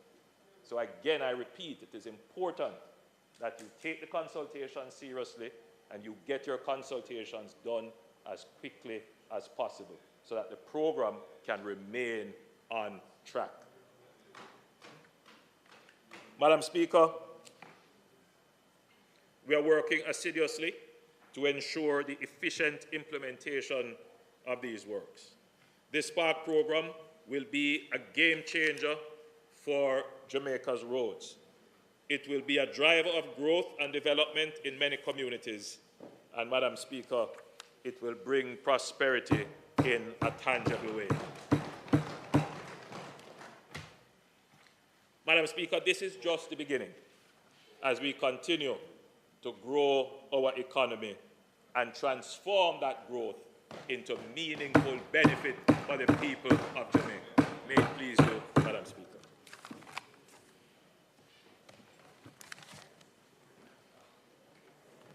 Opposition Leader. Thank you, Madam Speaker. Thank you, Prime Minister, for this update. Hold on the a minute, Spark Opposition program. Leader. Prime Minister, please turn your mics off. Yes. Thank you for the update on the Spark program, Prime Minister. I have 2 questions for you. First of all, I'm wondering, at the constituency level, when you're trying to identify the collection of roads in your constituency that you're going to put forward, without an idea of the costing of what it will take to fix those roads, how would you realistically, or even within a reasonable margin of error, choose a collection of roads or works that need to be done that has to fit within the funding envelope that's available? Or are we going to have a situation where the residents will expect, based on the consultation, that certain roads that were identified and discussed will be reached, but in fact, later on, when everything is costed, and of course you have the main contractors, you're going to have subcontractors that are taking margins out of that 150, how much, you may have disappointment where people don't actually get their roads fixed. So I'm wondering how you see that playing out.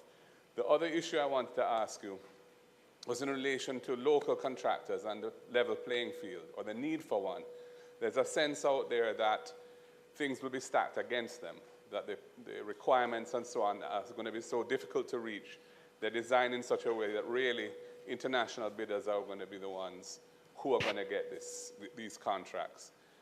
And of course, we know in the South Coast Highway project, we have a number of leading Jamaican contractors who have been saying they're owed a lot of money, they are facing arbitration clauses in the subcontracts, they have to arbitrate claims in Trinidad, and they can't bring them until the main contract is at an end, which is years down the line, so their cash flow is all severely impaired, and it's causing them real financial distress. And none of those contractors would have been persons who would have expected to participate in this. But whether they'll be able to do so, given the financial issues that they're facing arising out of the South Coast project, is another matter. So I'm really sort of beseeching you on behalf of the local contractors to find ways for their inclusion, given the problems they're experiencing there and the level of requirements, which there's a sense will be setting the bar so high, it may be as a practical matter or even intentionally make it difficult for anyone other than a very large international contractor to meet the relevant requirements. So those are the two issues I'd like you to address. The first being, how do we realistically manage the expectations of constituents around roads in deciding what the envelope is that is being put forward when we really have no idea of what it will cost to do those roads, and especially where there are going to be layers of persons making margins out of this, which will mean that the 150 will actually not really translate to 150 million worth of work because of the profit margins at the contractor and subcontractor levels. And secondly, what can the government do to level the playing field with this SPARK program so that local contractors have a fair chance at participating?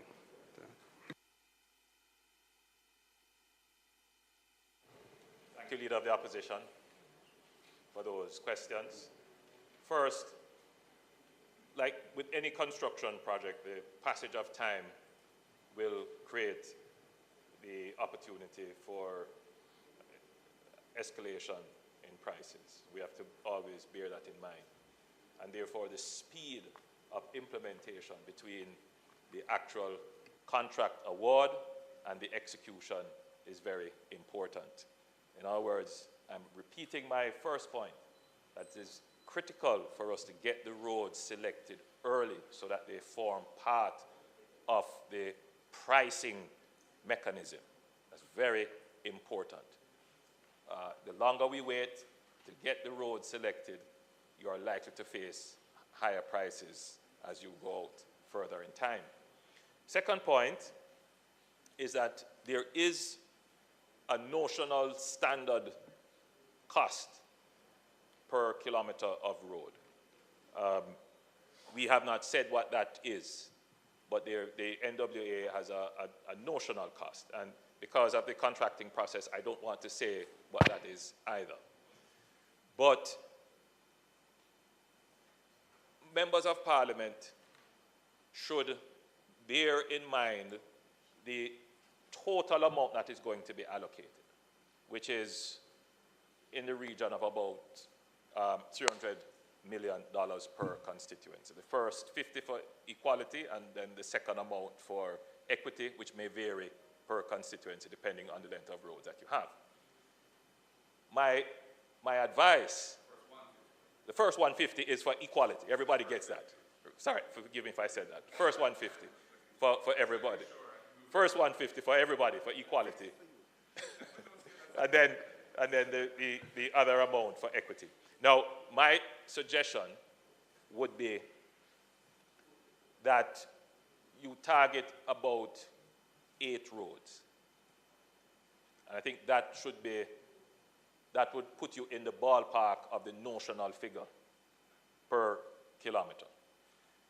I would also say to you that based upon the list of treatments of the road which I have pointed out, which is the resurfacing, the culverts and drain, sidewalks, repair of critical intersections, that you should choose your roads carefully. If it is that the constituents are more interested, of course, in the miles of roads that are repaired, then you focus on surface. If there are issues to do with drainage and pedestrian access, then maybe you have to focus on the other supporting infrastructure for the road. So it's really for the community, and you as the Member of Parliament would guide to say, if you take a road where you have to have several treatments of it, the price of that road, the cost of that road is going to increase, and it may eat away what is available for other roads. So it's a balancing act that everyone has to do. So we make those choices? You guide those conversations. You guide those conversations. You guide those. Because, and I feel, leader of the opposition, it is better that way, because if we were to sit down by ourselves and make the decisions, there would be many disgruntled and dissatisfied constituents who were not brought into the conversation, brought into the reality of how the trade-offs are made to get to the choices of roads that are eventually selected. So the consultation can be very beneficial to the Member of Parliament and to the general process of determining the road priority. As it relates to the contractors, the government has made the necessary provisions to facilitate, support, encourage our local contractors. The policy of the government is to see to the development of local contracting skills. It's almost a national imperative that this is the case. The challenges that we are facing with converting the capital budget each year, part of it is not just the public service bureaucracy not moving fast enough. Another part of it is the contractors that have to move more quickly in actually executing works. So the government is vested in ensuring that we have local contractors that can actually take on the capital works and execute them quickly. We recognize that there are some deficiencies, some challenges. And so what we have done is to tender internationally. We have seen that there is some interest. But what we would really want to see is a pairing of local and international, so that there can be some transfer of skills, and it is always good to have infusion of capital and infusion of technology. And I think ultimately that is going to lead to Jamaica's contracting community growing and becoming stronger and being able themselves to be exposed to getting international contracts, which a few of our local contractors are being engaged in other jurisdictions. So I think we shouldn't be fearful of international contractors coming in, but the government is not trying to have exclusively international contractors do the work. What we want to see is them partnering, developing consortiums, and I believe that will lead to the strengthening of our local contractors. Having made the links internationally, eventually they too may be able to participate in works globally. And that's the intention. The other matters regarding the structure of the South Coast Road Improvement Project, that contract, there are some peculiarities there, which I don't want to go too much into it, Madam Speaker, but the peculiarities of that contract has to do, obviously, with the nature of the relationship with the main contractor and the requirements on their side as well. In these that we are going to be doing under the Spark program, Madam Speaker, we will ensure that the terms are manageable, if not favorable, for local contractors or for any contractor who may decide to participate in the program.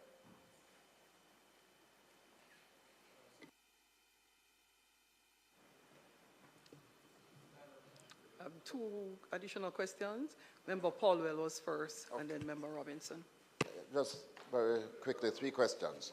Some years ago, there was an affirmative action policy that was approved. I remember that very clearly, for a certain percentage of work to be earmarked for local contractors. I'm not too sure where that policy is now, but I recall it was done under the procurement rules then. And perhaps we could be reminded of that policy. And the other 2 questions just relate to my experience with the 40 million project, which I can now say that we have completed that. And the first question has to do with the contractor. Will the contractors who are bidding go to physically look at the roads? All right, because that was not the case with the 40 million, because having bid, they implemented the project and couldn't do the work. And so you have learned from that. Right. Secondly then, in relation to, again, the 40 million, there was one contractor who allowed community people to assist with the sidewalk, not the road, but this is work that the community people could do, wet work. Created some employment, and it really assisted in relieving some of the pressures. And there's another consultant who was very strict and say, no, this is my contract, and he's going to do everything. Yes, he did bid, and so as Member of Parliament, allowed it. But it's just that we were able to achieve so much more when the community got involved. Is there going to be a scope for that? Prime Minister, if you don't mind, allow member from St. Andrew.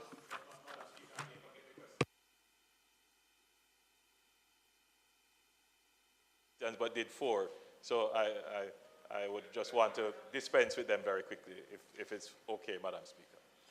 A member from East Kingston and Port Royal, I suspect you're saying that the procurement rules have gives local contractors a certain number of scores over and above foreign contractors in the assessment process. Not that they are given works, preferential access for works, no. But in the assessment on a bid, local contractors do get a certain percentage higher, start out with a certain percentage higher than a foreign bidder. So yes, there is some preference exercise for local contractors in the bidding process, but not necessarily in the allocation of works. I just wanted to make that clear.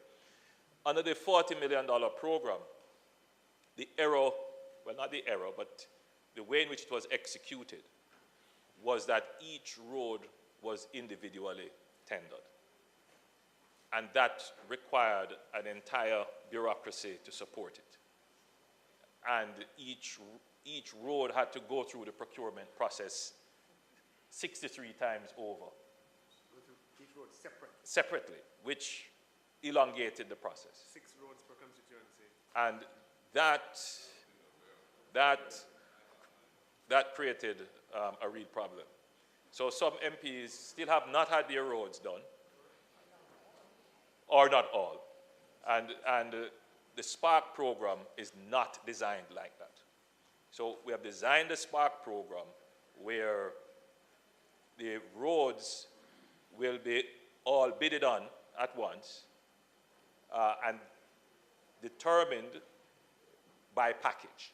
And so essentially you ask the question, the contractors had bid for the roads under the $40 million program, but never went to see the roads. They just used standard rates or rates that they were exposed to and send in a bid.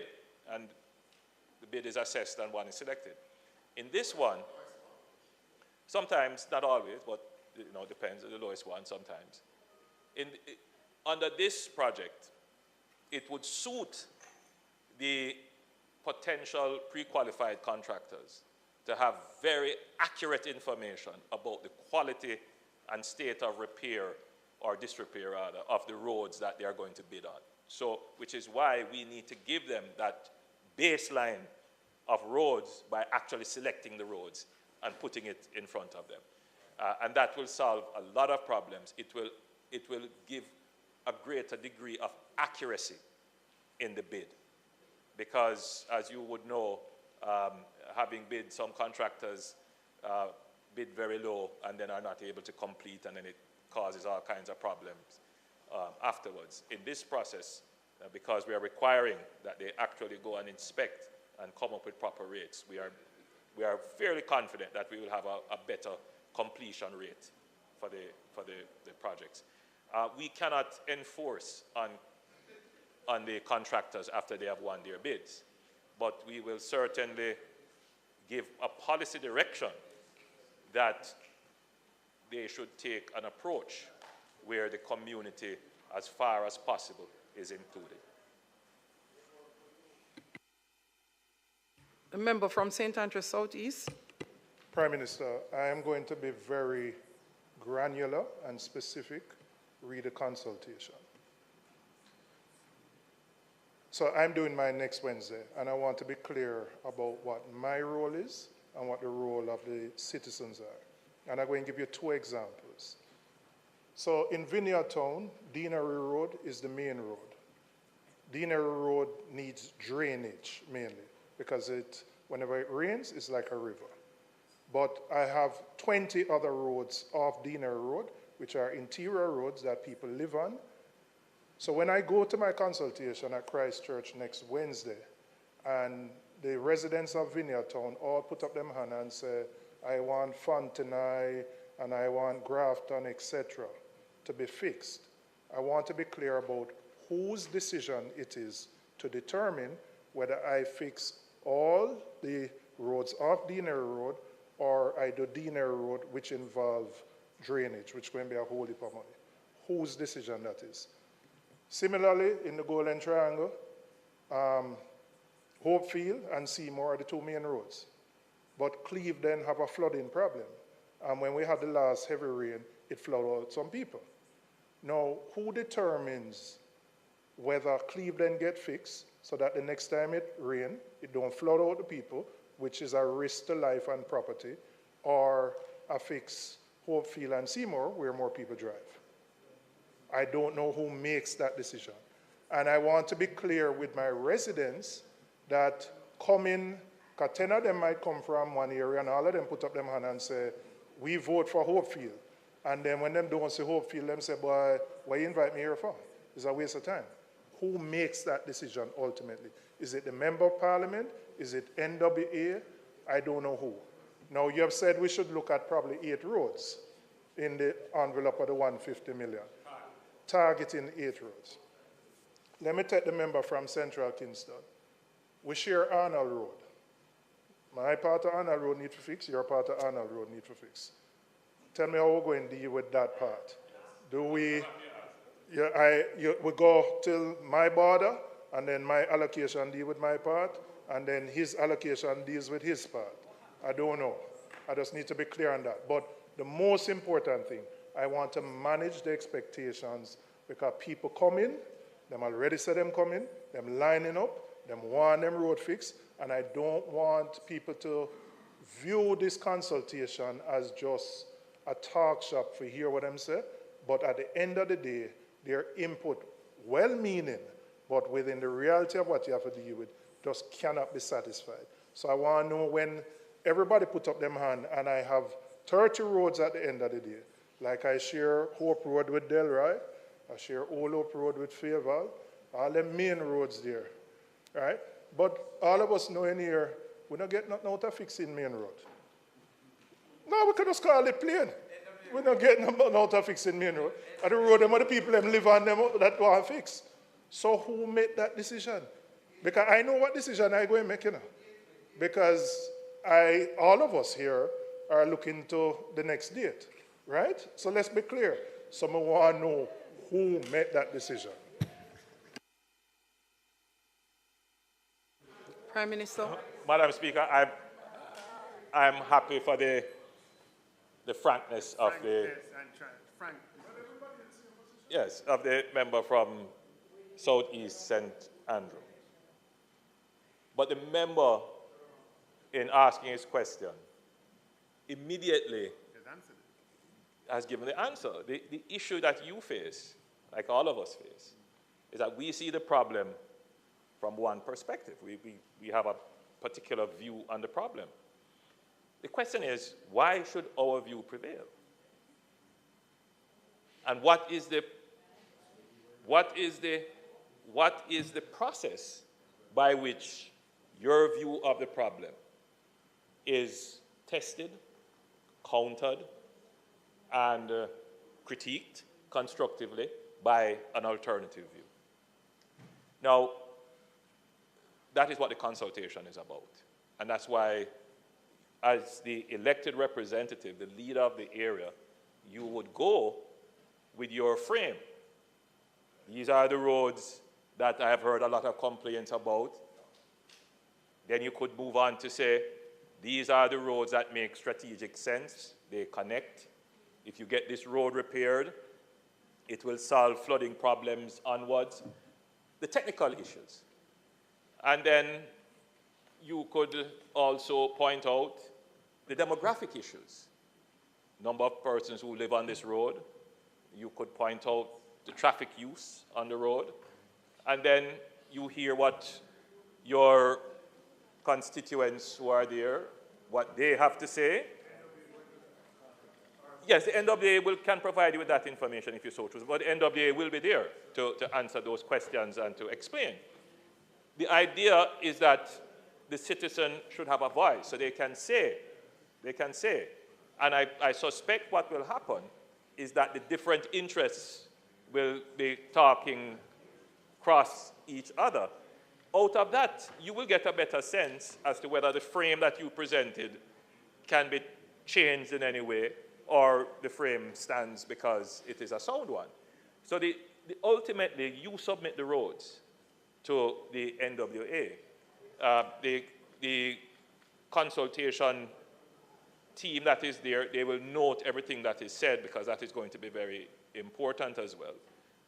But ultimately, you would narrow down the listing and submit it. But I don't believe that people could say, well, this is a talk shop and it is not meaningful. I think it is always meaningful to have the citizens come and have their say. The truth is, however, let me be clear, the Spark program cannot fix every single road in Jamaica. This is really the first attempt of any government in the last 30 years, certainly, to have a meaningful impact on the road. It is a start. It is a start. And another important thing, it is not just the program and the selection of the roads, it is that it is being financed wholly and solely out of our budget. There is no borrowing for it. And we are going to make sure that we do it textbook style. Nobody can criticize the program about any form of corruption, any form of inefficiency, or any form of insularity where the people who are going to benefit have no say in how that benefit is delivered. This program will be a model, not just for Jamaica, but for the region as to how we go about rehabilitating our road network. Yes, that's a very, very good question, member. We have not yet put out the protocol. We're still examining it in terms of how bordering constituencies can collaborate on roads. My suggestion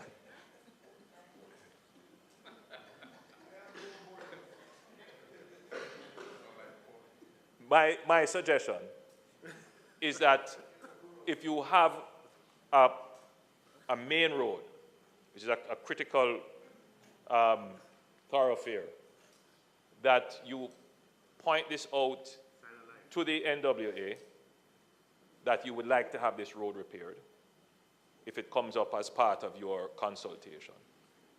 And the NWA will contact your adjoining member of parliament, or you could do it as well, and we could then work out a strategy as to how that can be done. Remember, we have given 2 levels of allocation. There is a third amount that is reserved. It's not a large amount, it's small. So we will use that to look at some, like cases where the allocation that is there is not sufficient to do the road, but the road is critically important to be done. So for example, a major breakaway or a collapse of a major part of the infrastructure of the road. So we will have a small reserve fund. So roads that are bordering roads, that are critical roads, we can have a conversation as to what part of your allocation, what part of the adjoining MP's allocation, and what the NWA allocation can do to have that repaired.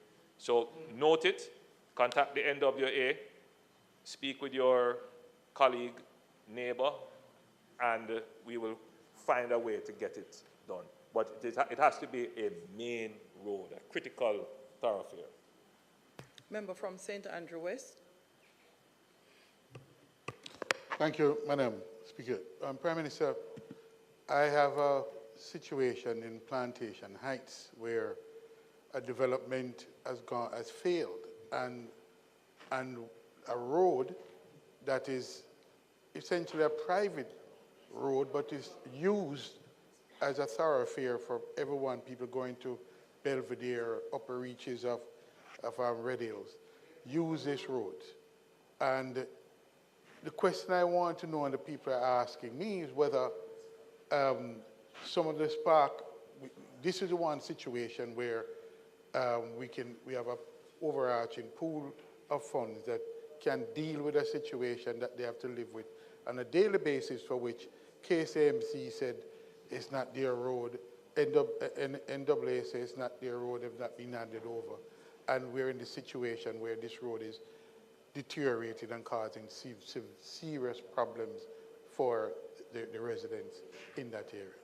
Could that be, is it a situation where that those funds can intervene and help? And I'd like to hear your answer to that, Prime Minister. Madam Speaker, when we're contemplating this program, the issue of orphan roads, or roads that have been approved in developments but not taken over by the municipal authorities. We looked at it very carefully. We could not make a policy decision on it because the truth is, Madam Speaker, we simply did not know the magnitude of the challenge. We just didn't know how many miles of such roads there are. In this process of creating the National Registry, we are going to be doing an inventory of our farm roads, which is not included in this program, and we're going to be doing an inventory of the scheme roads and orphan roads that have not been taken over by the municipal authorities. I'm reluctant to say to MPs, use the Spark program to do these roads, because there are some challenges. First of all, some of these roads, though they may be approved to be built, they are private roads. Government doesn't own them. They're still on private lands. So the process of them being taken over has to be, first of all, fulfilled before government can go and spend public resources on private roads. So that's number one. So we would need to have an understanding of what is the state of that road. Is it still private, or has it been turned over to a development, to a housing estate, to some entity where the responsibility for it can be shared? The second issue, some of these roads are not built to standard. So they may have been approved and they are to be built to a particular standard, but they are not built to that standard. And so if the government went in and took it over, the level of expenditure that the government would have to do would be significant. So I would say to the hundreds of thousands of Jamaicans who live in some housing schemes, who live in subdivisions that were approved and the roads have not been turned over, that the government is looking at the problem to come up with a solution. The Spark program may not be the solution right away. As soon as we have scoped the roads and we have a better sense of what it would cost, then I would be able to come back to Parliament and give a realistic answer about what kind of budgetary allocation would be necessary. I mean, you have raised one particular road. I know the member from Portland Eastern raised the road of the community of Norwich, Operation Pride scheme, where similar problems. It's a private development. The road has been done, but it's in a terrible state. I have, in my own constituency, I have several housing schemes. Bay Farm Villa, for example. Those roads were done in the early 70s and not done again, and they're in a terrible state. I'm sure the leader of the opposition may have. It's something that affects us all. The member from St. Mary Western mentioned it. The member from St. Mary Western mentioned some roads like that. What's the Emancipation Scheme? What was it? Industry Pen. There are many such members. So I'm very sympathetic to it. It is something that is on our radar. We're developing the policy around it, and I will come to Parliament shortly with a solution to it. Thanks, Prime Minister. Announcements? Is it? No, this is the last question. Thank you very much, Madam Speaker. Prime Minister, can you say whether or not this allocation can be used with the municipal road along with the NWA road? I know it might sound NWA too. All right, just bear on with me, Speaker. In respect to Madam's Prime Minister, I'm asking you to do a proper comprehensive survey about the roads that you just speak about, these orphaned roads, because there is a lot. And I can tell you, you're going to be surprised to know how many probably it supersedes what you have as registered roads. And I'm going to ask that you, in your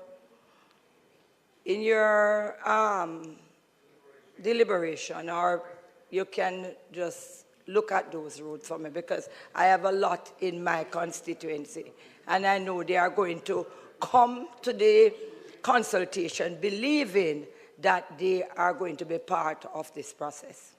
Thanks, Member. Prime Minister. It's important, Madam Speaker, that though a question wasn't asked, a statement that made, you repeat. But it's important that I respond. It's a very real issue for many Jamaicans. They bought into subdivisions, they bought into housing schemes, and they have the expectation that somehow these roads are public roads, not understanding that they are not public roads, they are private roads. But they have been used for years as public thoroughfares. People drive through the housing schemes, drive through the subdivisions. They have become part of, and people expect that the government will maintain them. which is why, Madam Speaker, it was important for us to do the registry of roads, because the NWA has maintained a fairly good and up-to-date road registry. But the municipal authorities, some of the road registries that are kept, the last time they were updated would have been in the 60s and 70s, so they're outdated. So we are bringing those up to date. We are a fair distance with them, and as soon as we're finished those, then we're going to move on to the farm roads and then to these orphan roads. And once we have a good sense, as you have said, as your exact words, I would be surprised at the number and the extent of repairs. And I would say to you that I wouldn't be surprised. I'm quite well aware that it is significant. I just need to quantify the significance so that I could then have discussions with the Ministry of Finance regarding what possible budgetary allocations could be made specifically to address those roads, but not just budgetary allocations. What we have lacked as a government, and I'm speaking now across administration, because many years ago when I was on that side of the house, I brought a resolution for the government to take over these roads en bloc. Having a deeper look at the problem, there would be some legislative hurdles, particularly as it relates to the ownership of the roads, so we would have to pass laws to facilitate those being taken over. And let's be fair, not everyone wants their road to be taken over, so there would have to be a process by which this is done. The commitment I'm giving today is that the government has started to look at it, and we will develop a comprehensive policy that is funded that will bring a solution to the problem. Thank you, Prime Minister. Member from Westmoreland Central, we took our last question. Member from Westmoreland Central, we took our last question. So no further questions.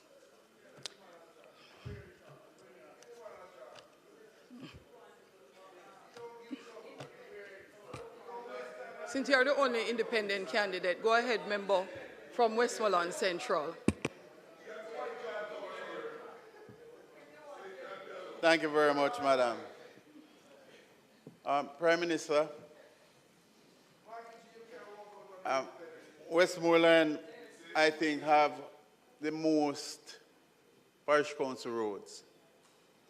And as such, I want to say how much I appreciate that funding that you have allocated to the constituency. Member from Westmoreland Central. But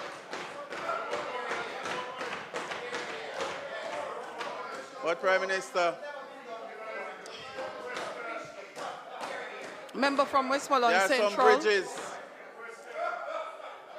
Prime Minister, there are some bridges that have been broken down for years. And I would love to request some funding for those bridges. Thank you.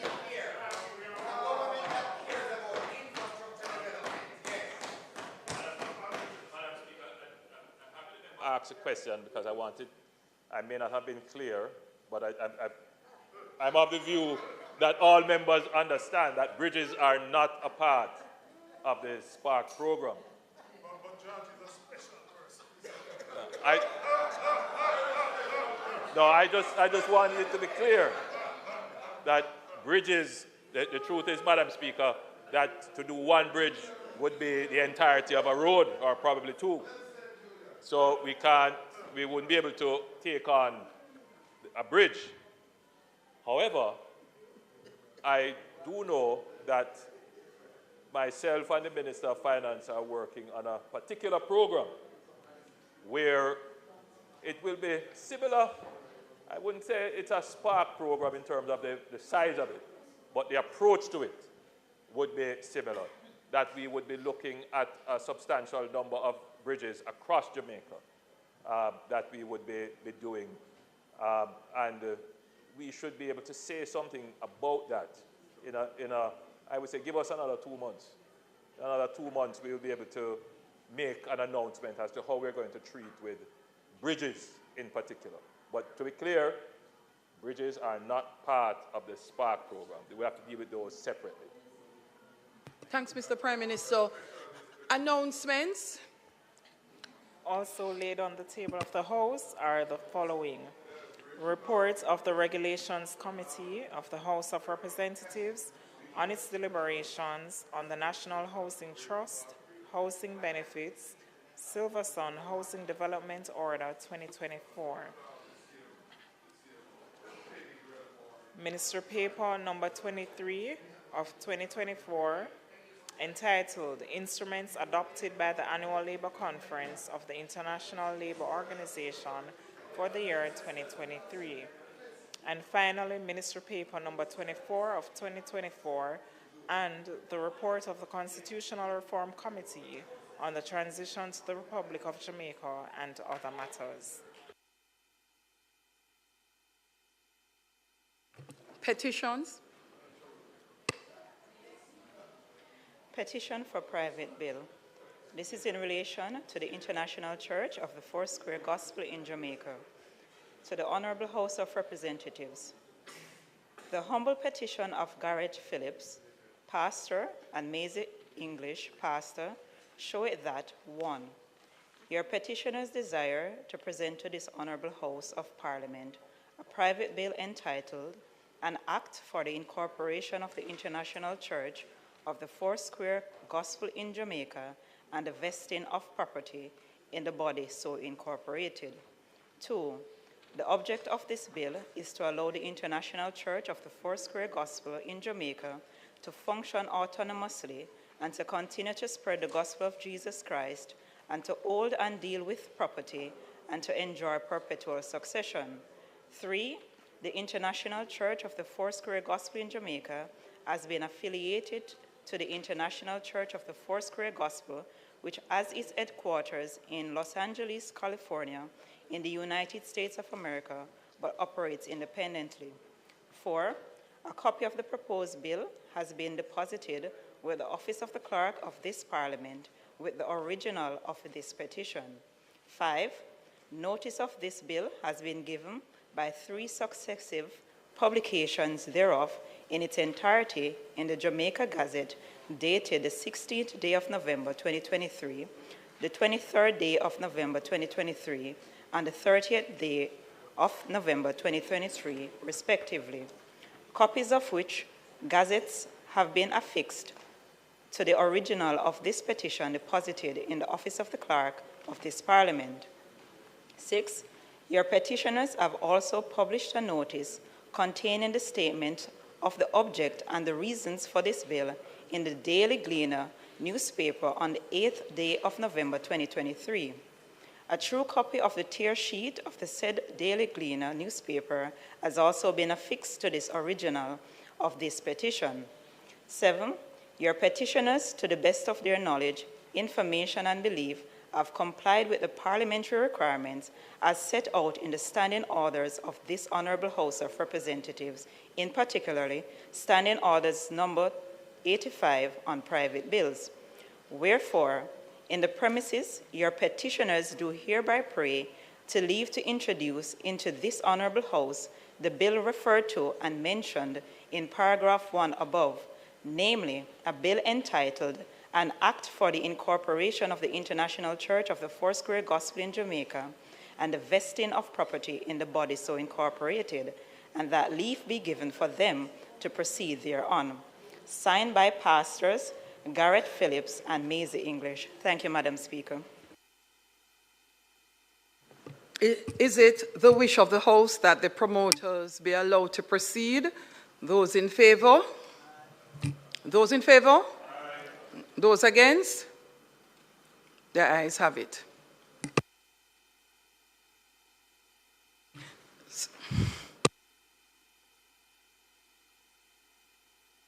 So just for general information, these are unusual petitions. We don't see them often. We did some extra work in verifying that the institution actually existed. I've never heard the name before, and that they do have a church. What usually happens, It's gazetted, and they first do notification to the public. They have to be established, they have to have property, and it is really ensuring that they can get the status of a church body to be able to function going forward. It is required that they petition through the Parliament. The committee will meet, consider, and then the committee will come back with a report, at which point the House would vote in respect of that report. The report, when it comes to Parliament, is usually read by the Deputy Speaker at that time. But it's unusual. In my 8 years in Parliament, this is the second one. Thank you, members. Reports from committees.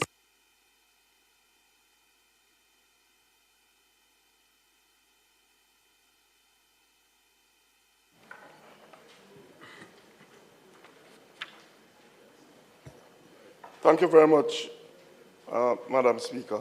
Madam Speaker, I beg to lay on the table of the House a copy of the report of the Regulations Committee of the House of Representatives and its deliberations on the National Housing Trust Housing Benefit Silver Sun Housing Development Order 2024.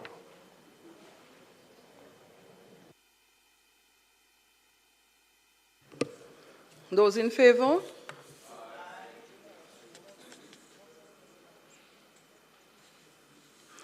Notices of motions given orally.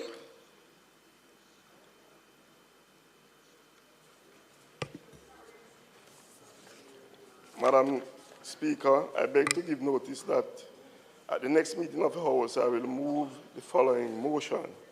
Be it resolved that the report of the Regulations Committee of the House of Representatives and its deliberation on the National Housing Trust Housing Benefit Silver Sun Housing Development Order 2024, which was laid on the table of the House on the 21st day of May 2024, be approved.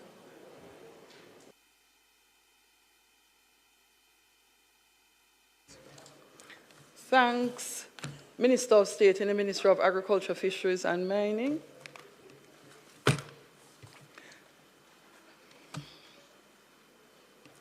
House Leader, I believe this is the end of our recommitted items.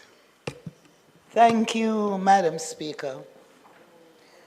So it is not contemplated for us to do any further business today. I therefore ask the House that the House be adjourned until Tuesday, May 28, 2024 at 2 p.m. We will continue the sectoral debate at that time, and the speakers will be the Honorable Desmond Mackenzie, Minister of Local Government, Rural Development, and MP for Western Kingston, as well as Mr. Fitzjackson, Member of Parliament for South St. Catherine. Madam Speaker, may it please you? Thank you, House Leader. The question is that the House do now adjourn for 28th May 2024 at 2 p.m. sharp. Those in favor? Aye. Those against? The ayes have it. This Honorable House now stands adjourned.